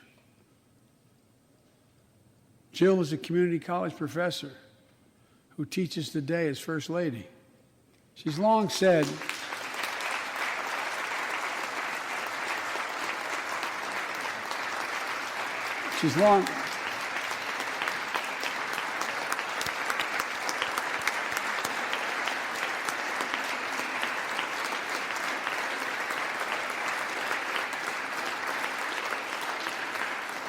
if I've heard it once, I've heard it 1,000 times. Joe, any country that out-educates us is going to out-compete us. She'll be deeply involved in leading this effort. Thank you, Jill. Second thing we need, American Families Plan will provide access to quality, affordable child care. We guarantee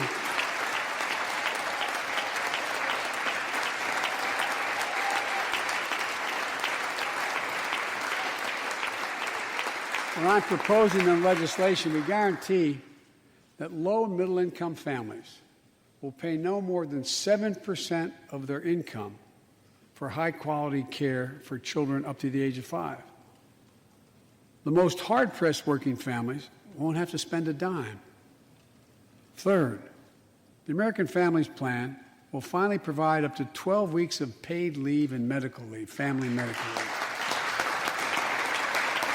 We're one of the few industrial countries in the world.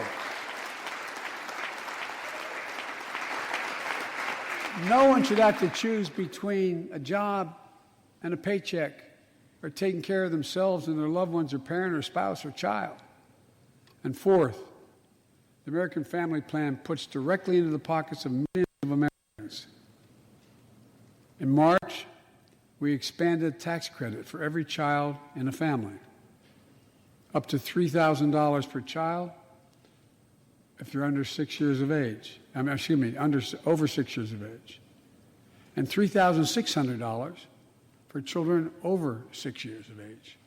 With 2 parents, 2 kids, that's $7,200 in the pockets to help take care of your family. And that will help more than 65 million children and help cut child care poverty in half. And we can afford it. So we did that in the last piece of legislation we passed. But let's extend that child care tax credit at least through the end of 2025.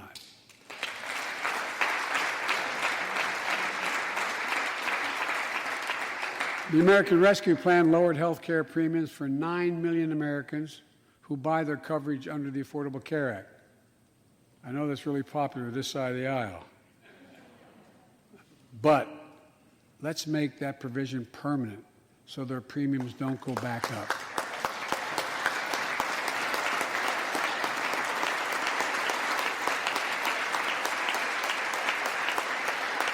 In addition to my family's plan, I'm going to work with Congress to address this year other critical priorities for American families.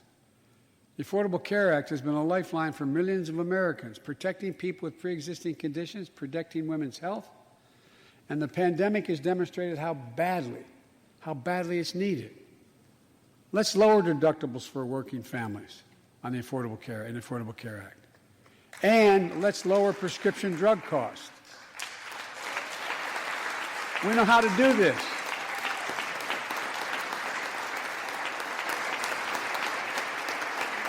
The last president had that as an objective. We all know how outrageously expensive drugs are in America.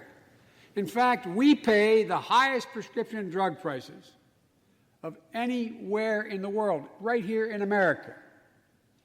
Nearly 3 times for the same drug, nearly 3 times what other countries pay. We have to change that, and we can. Let's do what we talked about for all the years I was down here in this body, in Congress. Let's give Medicare the power to save hundreds of billions of dollars by negotiating lower drug prescription prices.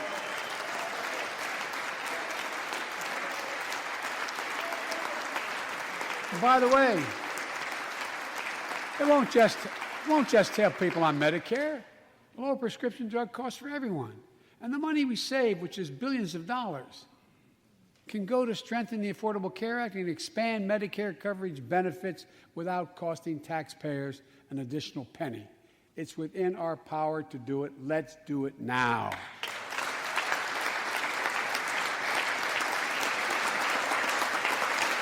We've talked about it long enough, Democrats and Republicans. Let's get it done this year. This is all about a simple premise. Health care should be a right, not a privilege in America.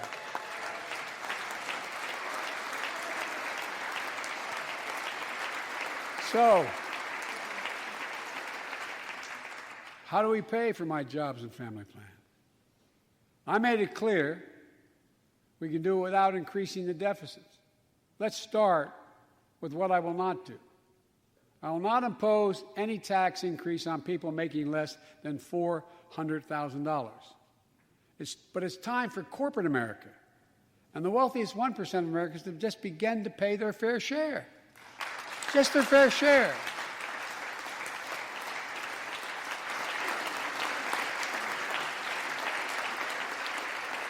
Sometimes I have arguments with my friends in the Democratic Party. I think you should be able to become a billionaire and a millionaire, but pay your fair share. A recent study shows that 55 of the nation's biggest corporations paid 0 federal tax last year. Those 55 corporations made in excess of $40 billion in profit. A lot of companies also evade taxes through tax havens in Switzerland and Bermuda and the Cayman Islands. And they benefit from tax loopholes and deductions for offshoring jobs and shifting profits overseas. It's not right. We're going to reform corporate taxes, so they pay their fair share and help pay for the public investments their businesses will benefit from as well.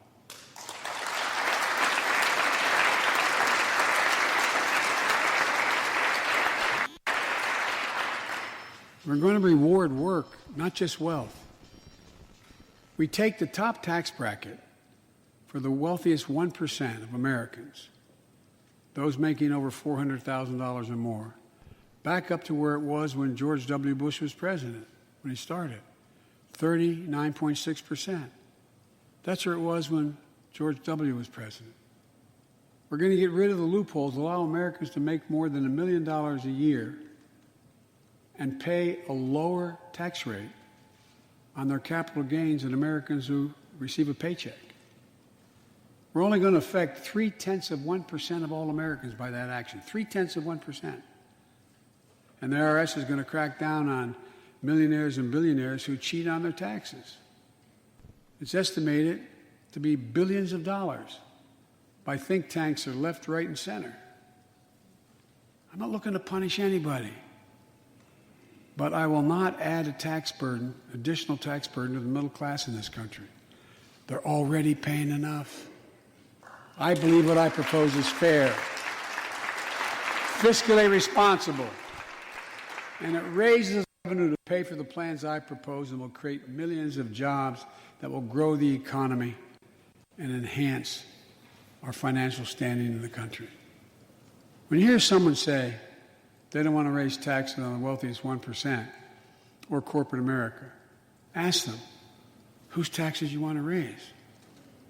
Instead, whose are going to cut? Look, the big tax cut of 2017. Remember, it was supposed to pay for itself. That was how it was sold. And generate vast economic growth. Instead, it added $2 trillion to the deficit. It was a huge windfall for corporate America and those at the very top. Instead of using the tax saving to raise wages and invest in research and development, it poured billions of dollars into the pockets of CEOs. In fact, the pay gap between CEOs and their workers is now among the largest in history. According to one study, CEOs make 320 times what the average worker in their corporation makes. It used to be below 100. The pandemic has only made things worse. 20 million Americans lost their job in the pandemic, working and middle-class Americans. At the same time, roughly 650 billionaires in America saw their net worth increase by more than $1 trillion in the same exact period. Let me say it again. 650 people increased their wealth by more than $1 trillion during this pandemic. And they're now worth more than $4 trillion. My fellow Americans, trickle down. Trickle down economics has never worked. And it's time to grow the economy from the bottom and the middle out.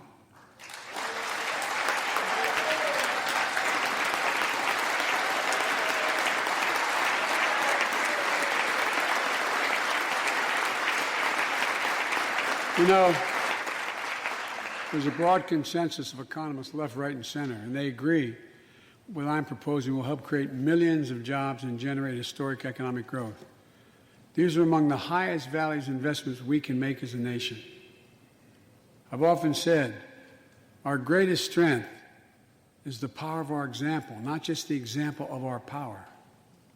In my conversations with world leaders, and I've spoken to over 40 of them now, I've made it known that America's back. And you know what they say?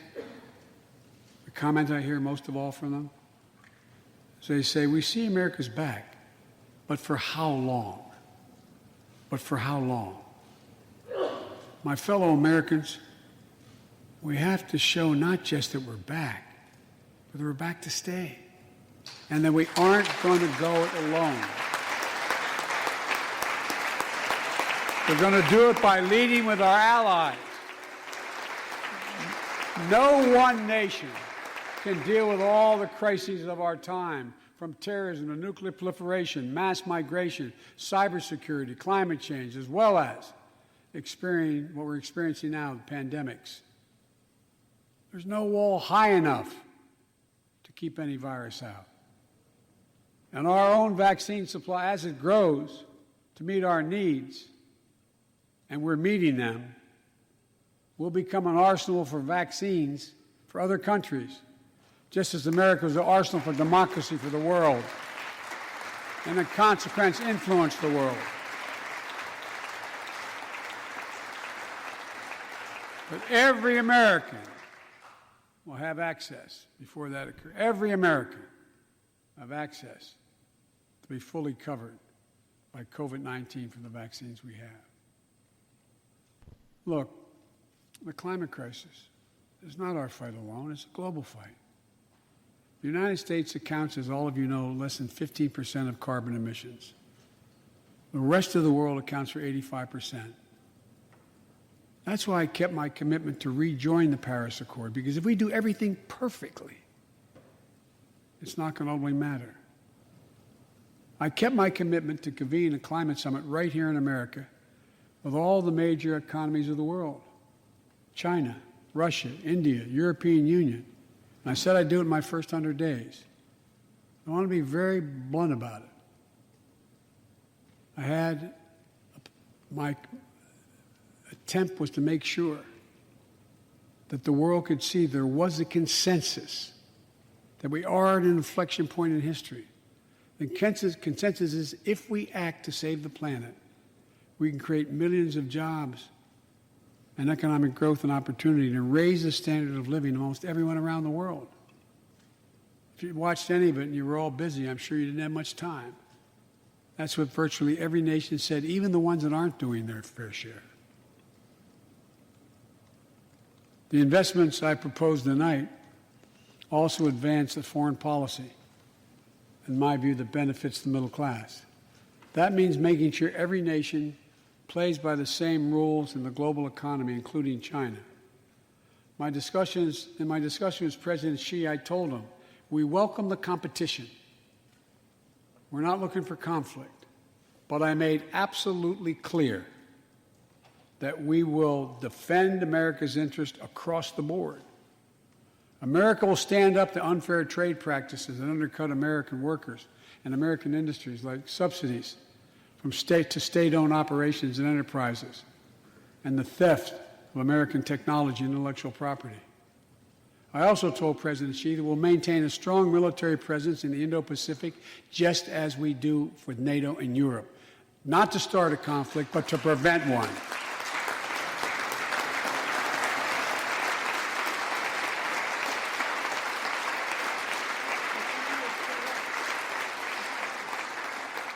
I told them what I've said to many world leaders, that America will not back away from our commitments, our commitment to human rights and fundamental freedoms and to our alliances. And I pointed out to him, no responsible American president could remain silent when basic human rights are being so blatantly violated. An American president has to represent the essence of what our country stands for. America is an idea, the most unique idea in history. We are created, all of us, equal. It's who we are. And we cannot walk away from that principle and, in fact, say we're dealing with the American idea. With regard to Russia, I know it concerns some of you, but I made very clear to Putin that we're not going to seek escalation, but their actions will have consequences. They turn out to be true, and they turned out to be true. So I responded directly and proportionately to Russia's interference in our elections and the cyber attacks on our government and our business. They did both of these things, and I told them we would respond, and we have. But we can also cooperate when it's our mutual interest. We did it when we extended the New START Treaty on nuclear arms, and we're working to do it on climate change. But he understands we will respond. On Iran and North Korea, nuclear programs that present serious threats to American security and the security of the world. We're going to be working closely with our allies to address the threats posed by both of these countries through diplomacy as well as stern deterrence. And American leadership means ending the forever war in Afghanistan. We have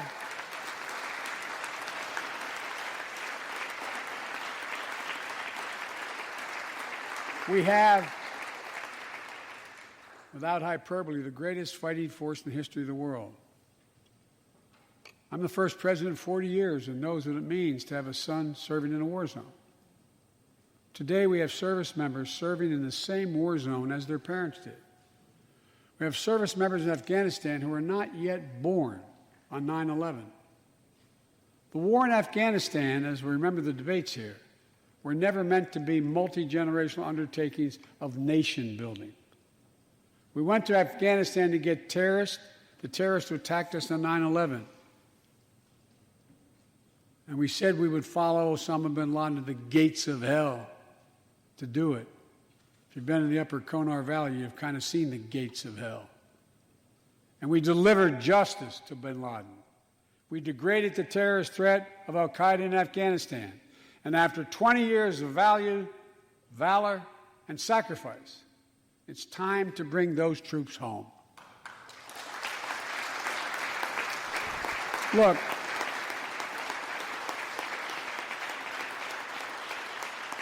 even as we do, we'll maintain over-the-horizon capacity to suppress future threats to the homeland.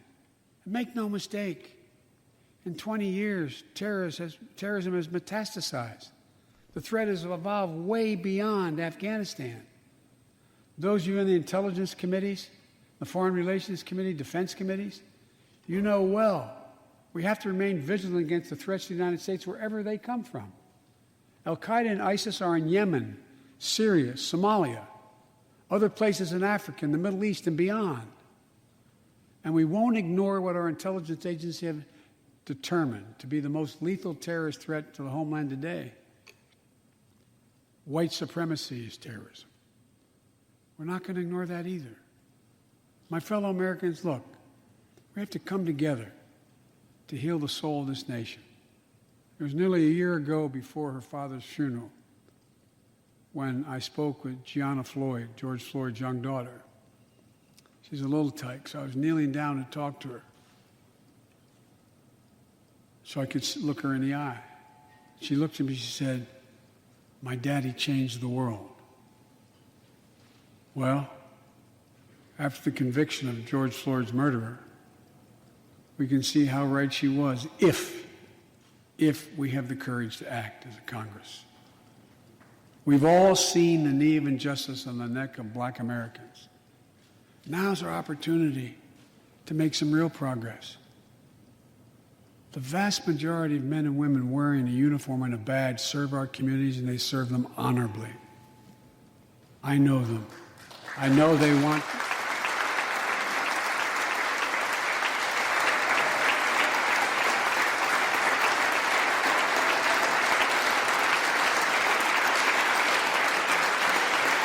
I know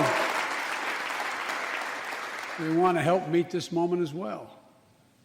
My fellow Americans, we have to come together to rebuild trust between law enforcement and the people they serve, to root out systemic racism in our criminal justice system, and to enact police reform in George Floyd's name that passed the House already. I know Republicans have their own ideas and are engaged in a very productive discussions with Democrats in the Senate. We need to work together to find a consensus. But let's get it done next month, by the first anniversary of George Floyd's death.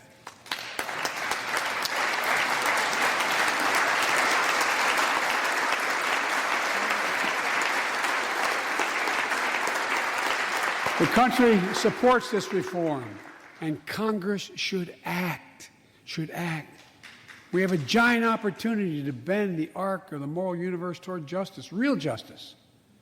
And with the plans outlined tonight, we have a real chance to root out systemic racism that plagues America and American lives in other ways. A chance to deliver real equity, good jobs, good schools, affordable housing, clean air, clean water, being able to generate wealth and pass it down through generations because you haven't access to purchase a house. Real opportunities in the lives of more Americans, Black, white, Latino, Asian Americans, Native Americans. Look, I also want to thank the United States Senate for voting 94-1 to pass the COVID-19 Hate Crimes Act to protect Asian American and Pacific Islanders. You acted decisively.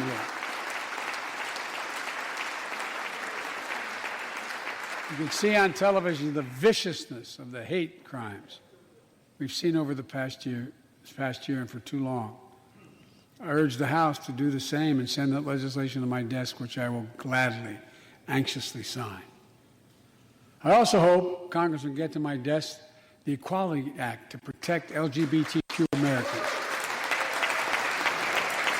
For all transgender Americans watching at home, especially young people, you're so brave. I want you to know your president has your back.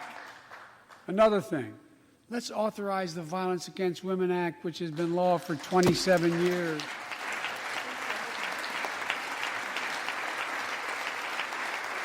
"27 years ago, I wrote it. It'll close the act that has to be authorized now, will close the boyfriend loophole to keep guns out of the hands of abusers. The court order said this is an abuser. You can't own a gun. It's to close that loophole that existed. You know, it's estimated that 50 women are shot and killed by an intimate partner every month in America. 50 a month. Let's pass it and save some lives.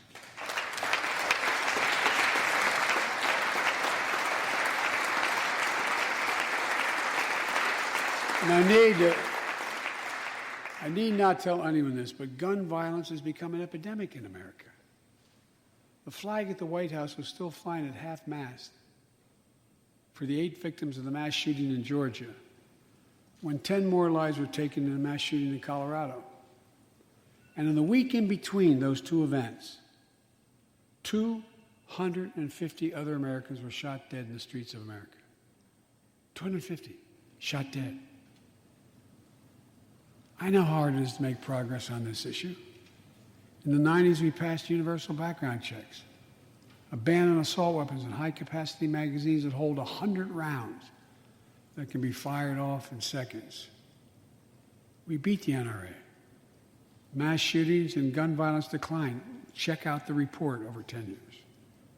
But in the early 2000s, the law expired. We've seen daily bloodshed since. I'm not saying if the law continued, we wouldn't see bloodshed. More than 2 weeks ago in the Rose Garden, surrounded by some of the bravest people I know, the survivors and families who lost loved ones to gun violence, I laid out several of the Department of Justice actions that are being taken to impact on this epidemic. One of them is banning so-called ghost guns. These are homemade guns built from a kit that includes directions how to finish the firearm. The parts have no serial numbers, so they show up at crime scenes and they can't be traced. The buyers of these ghost gun kits aren't required to pass any background check. Anyone, from a criminal or terrorist, could buy this kit and within 30 minutes have a weapon that's lethal. But no more. And I'll do everything in my power to protect the American people from this epidemic of gun violence. But it's time for Congress to act as well. Look,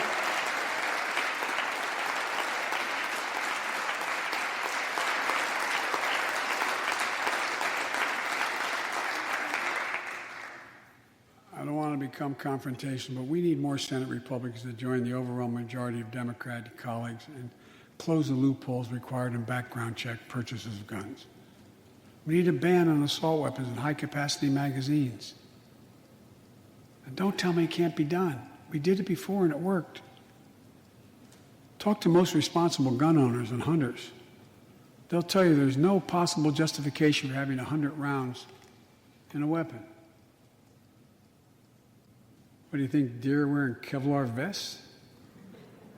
I mean, They'll tell you that there are too many people today who are able to buy a gun but shouldn't be able to buy a gun. These kinds of reasonable reforms have overwhelming support from the American people, including many gun owners. The country supports reform, and Congress should act. This shouldn't be a red or blue issue. And no amendment to the Constitution is absolute. You can't yell fire in a crowded theater. From the very beginning, there were certain guns, weapons, that could not be owned by Americans. Certain people could not own those weapons ever. We're not changing the Constitution. We're being reasonable. I think this is not a Democrat or Republican issue. I think it's an American issue.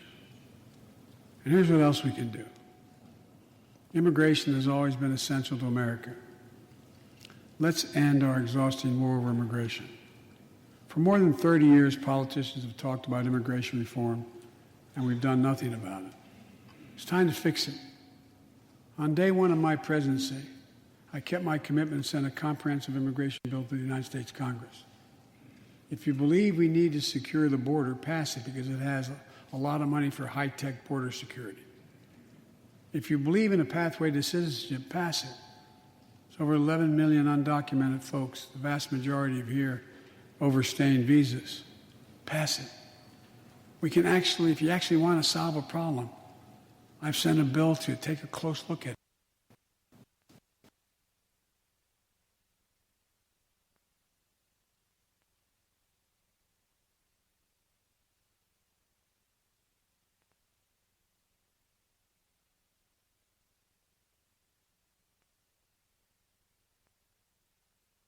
We also have to get at the root problem of why people are fleeing, particularly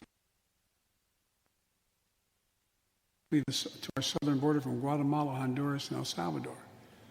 The violence, the corruption, the gangs, the political instability, hunger, hurricanes, earthquakes, natural disasters. When I was president, when I was vice president, the president asked me to focus on providing help needed to address the root causes of migration. And it helped keep people in their own countries instead of being forced to leave. The plan was working, but the last administration decided it was not worth it. I'm restoring the program and asked Vice President Harris to lead our diplomatic effort to take care of this. I have absolute confidence she'll get the job done. Now look, if you don't like my plan, let's at least pass what we all agree on. Congress needs to pass legislation this year to finally secure protection for dreamers. The young people have only known America as their home. And permanent protection for immigrants who are here on temporary protective status who came from countries beset by man-made and natural-made violence and disaster, as well as a pathway to citizenship for farm workers who put food on our tables. Look, immigrants have done so much for America during this pandemic and throughout our history. The country supports immigration reform. We should act. Let's argue over it. Let's debate it. But let's act. And if we truly want to restore the soul of America, we need to protect the sacred right to vote. Most people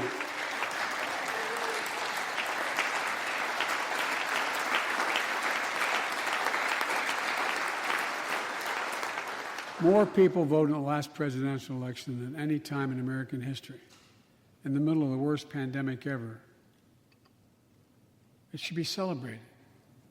Instead, it's being attacked.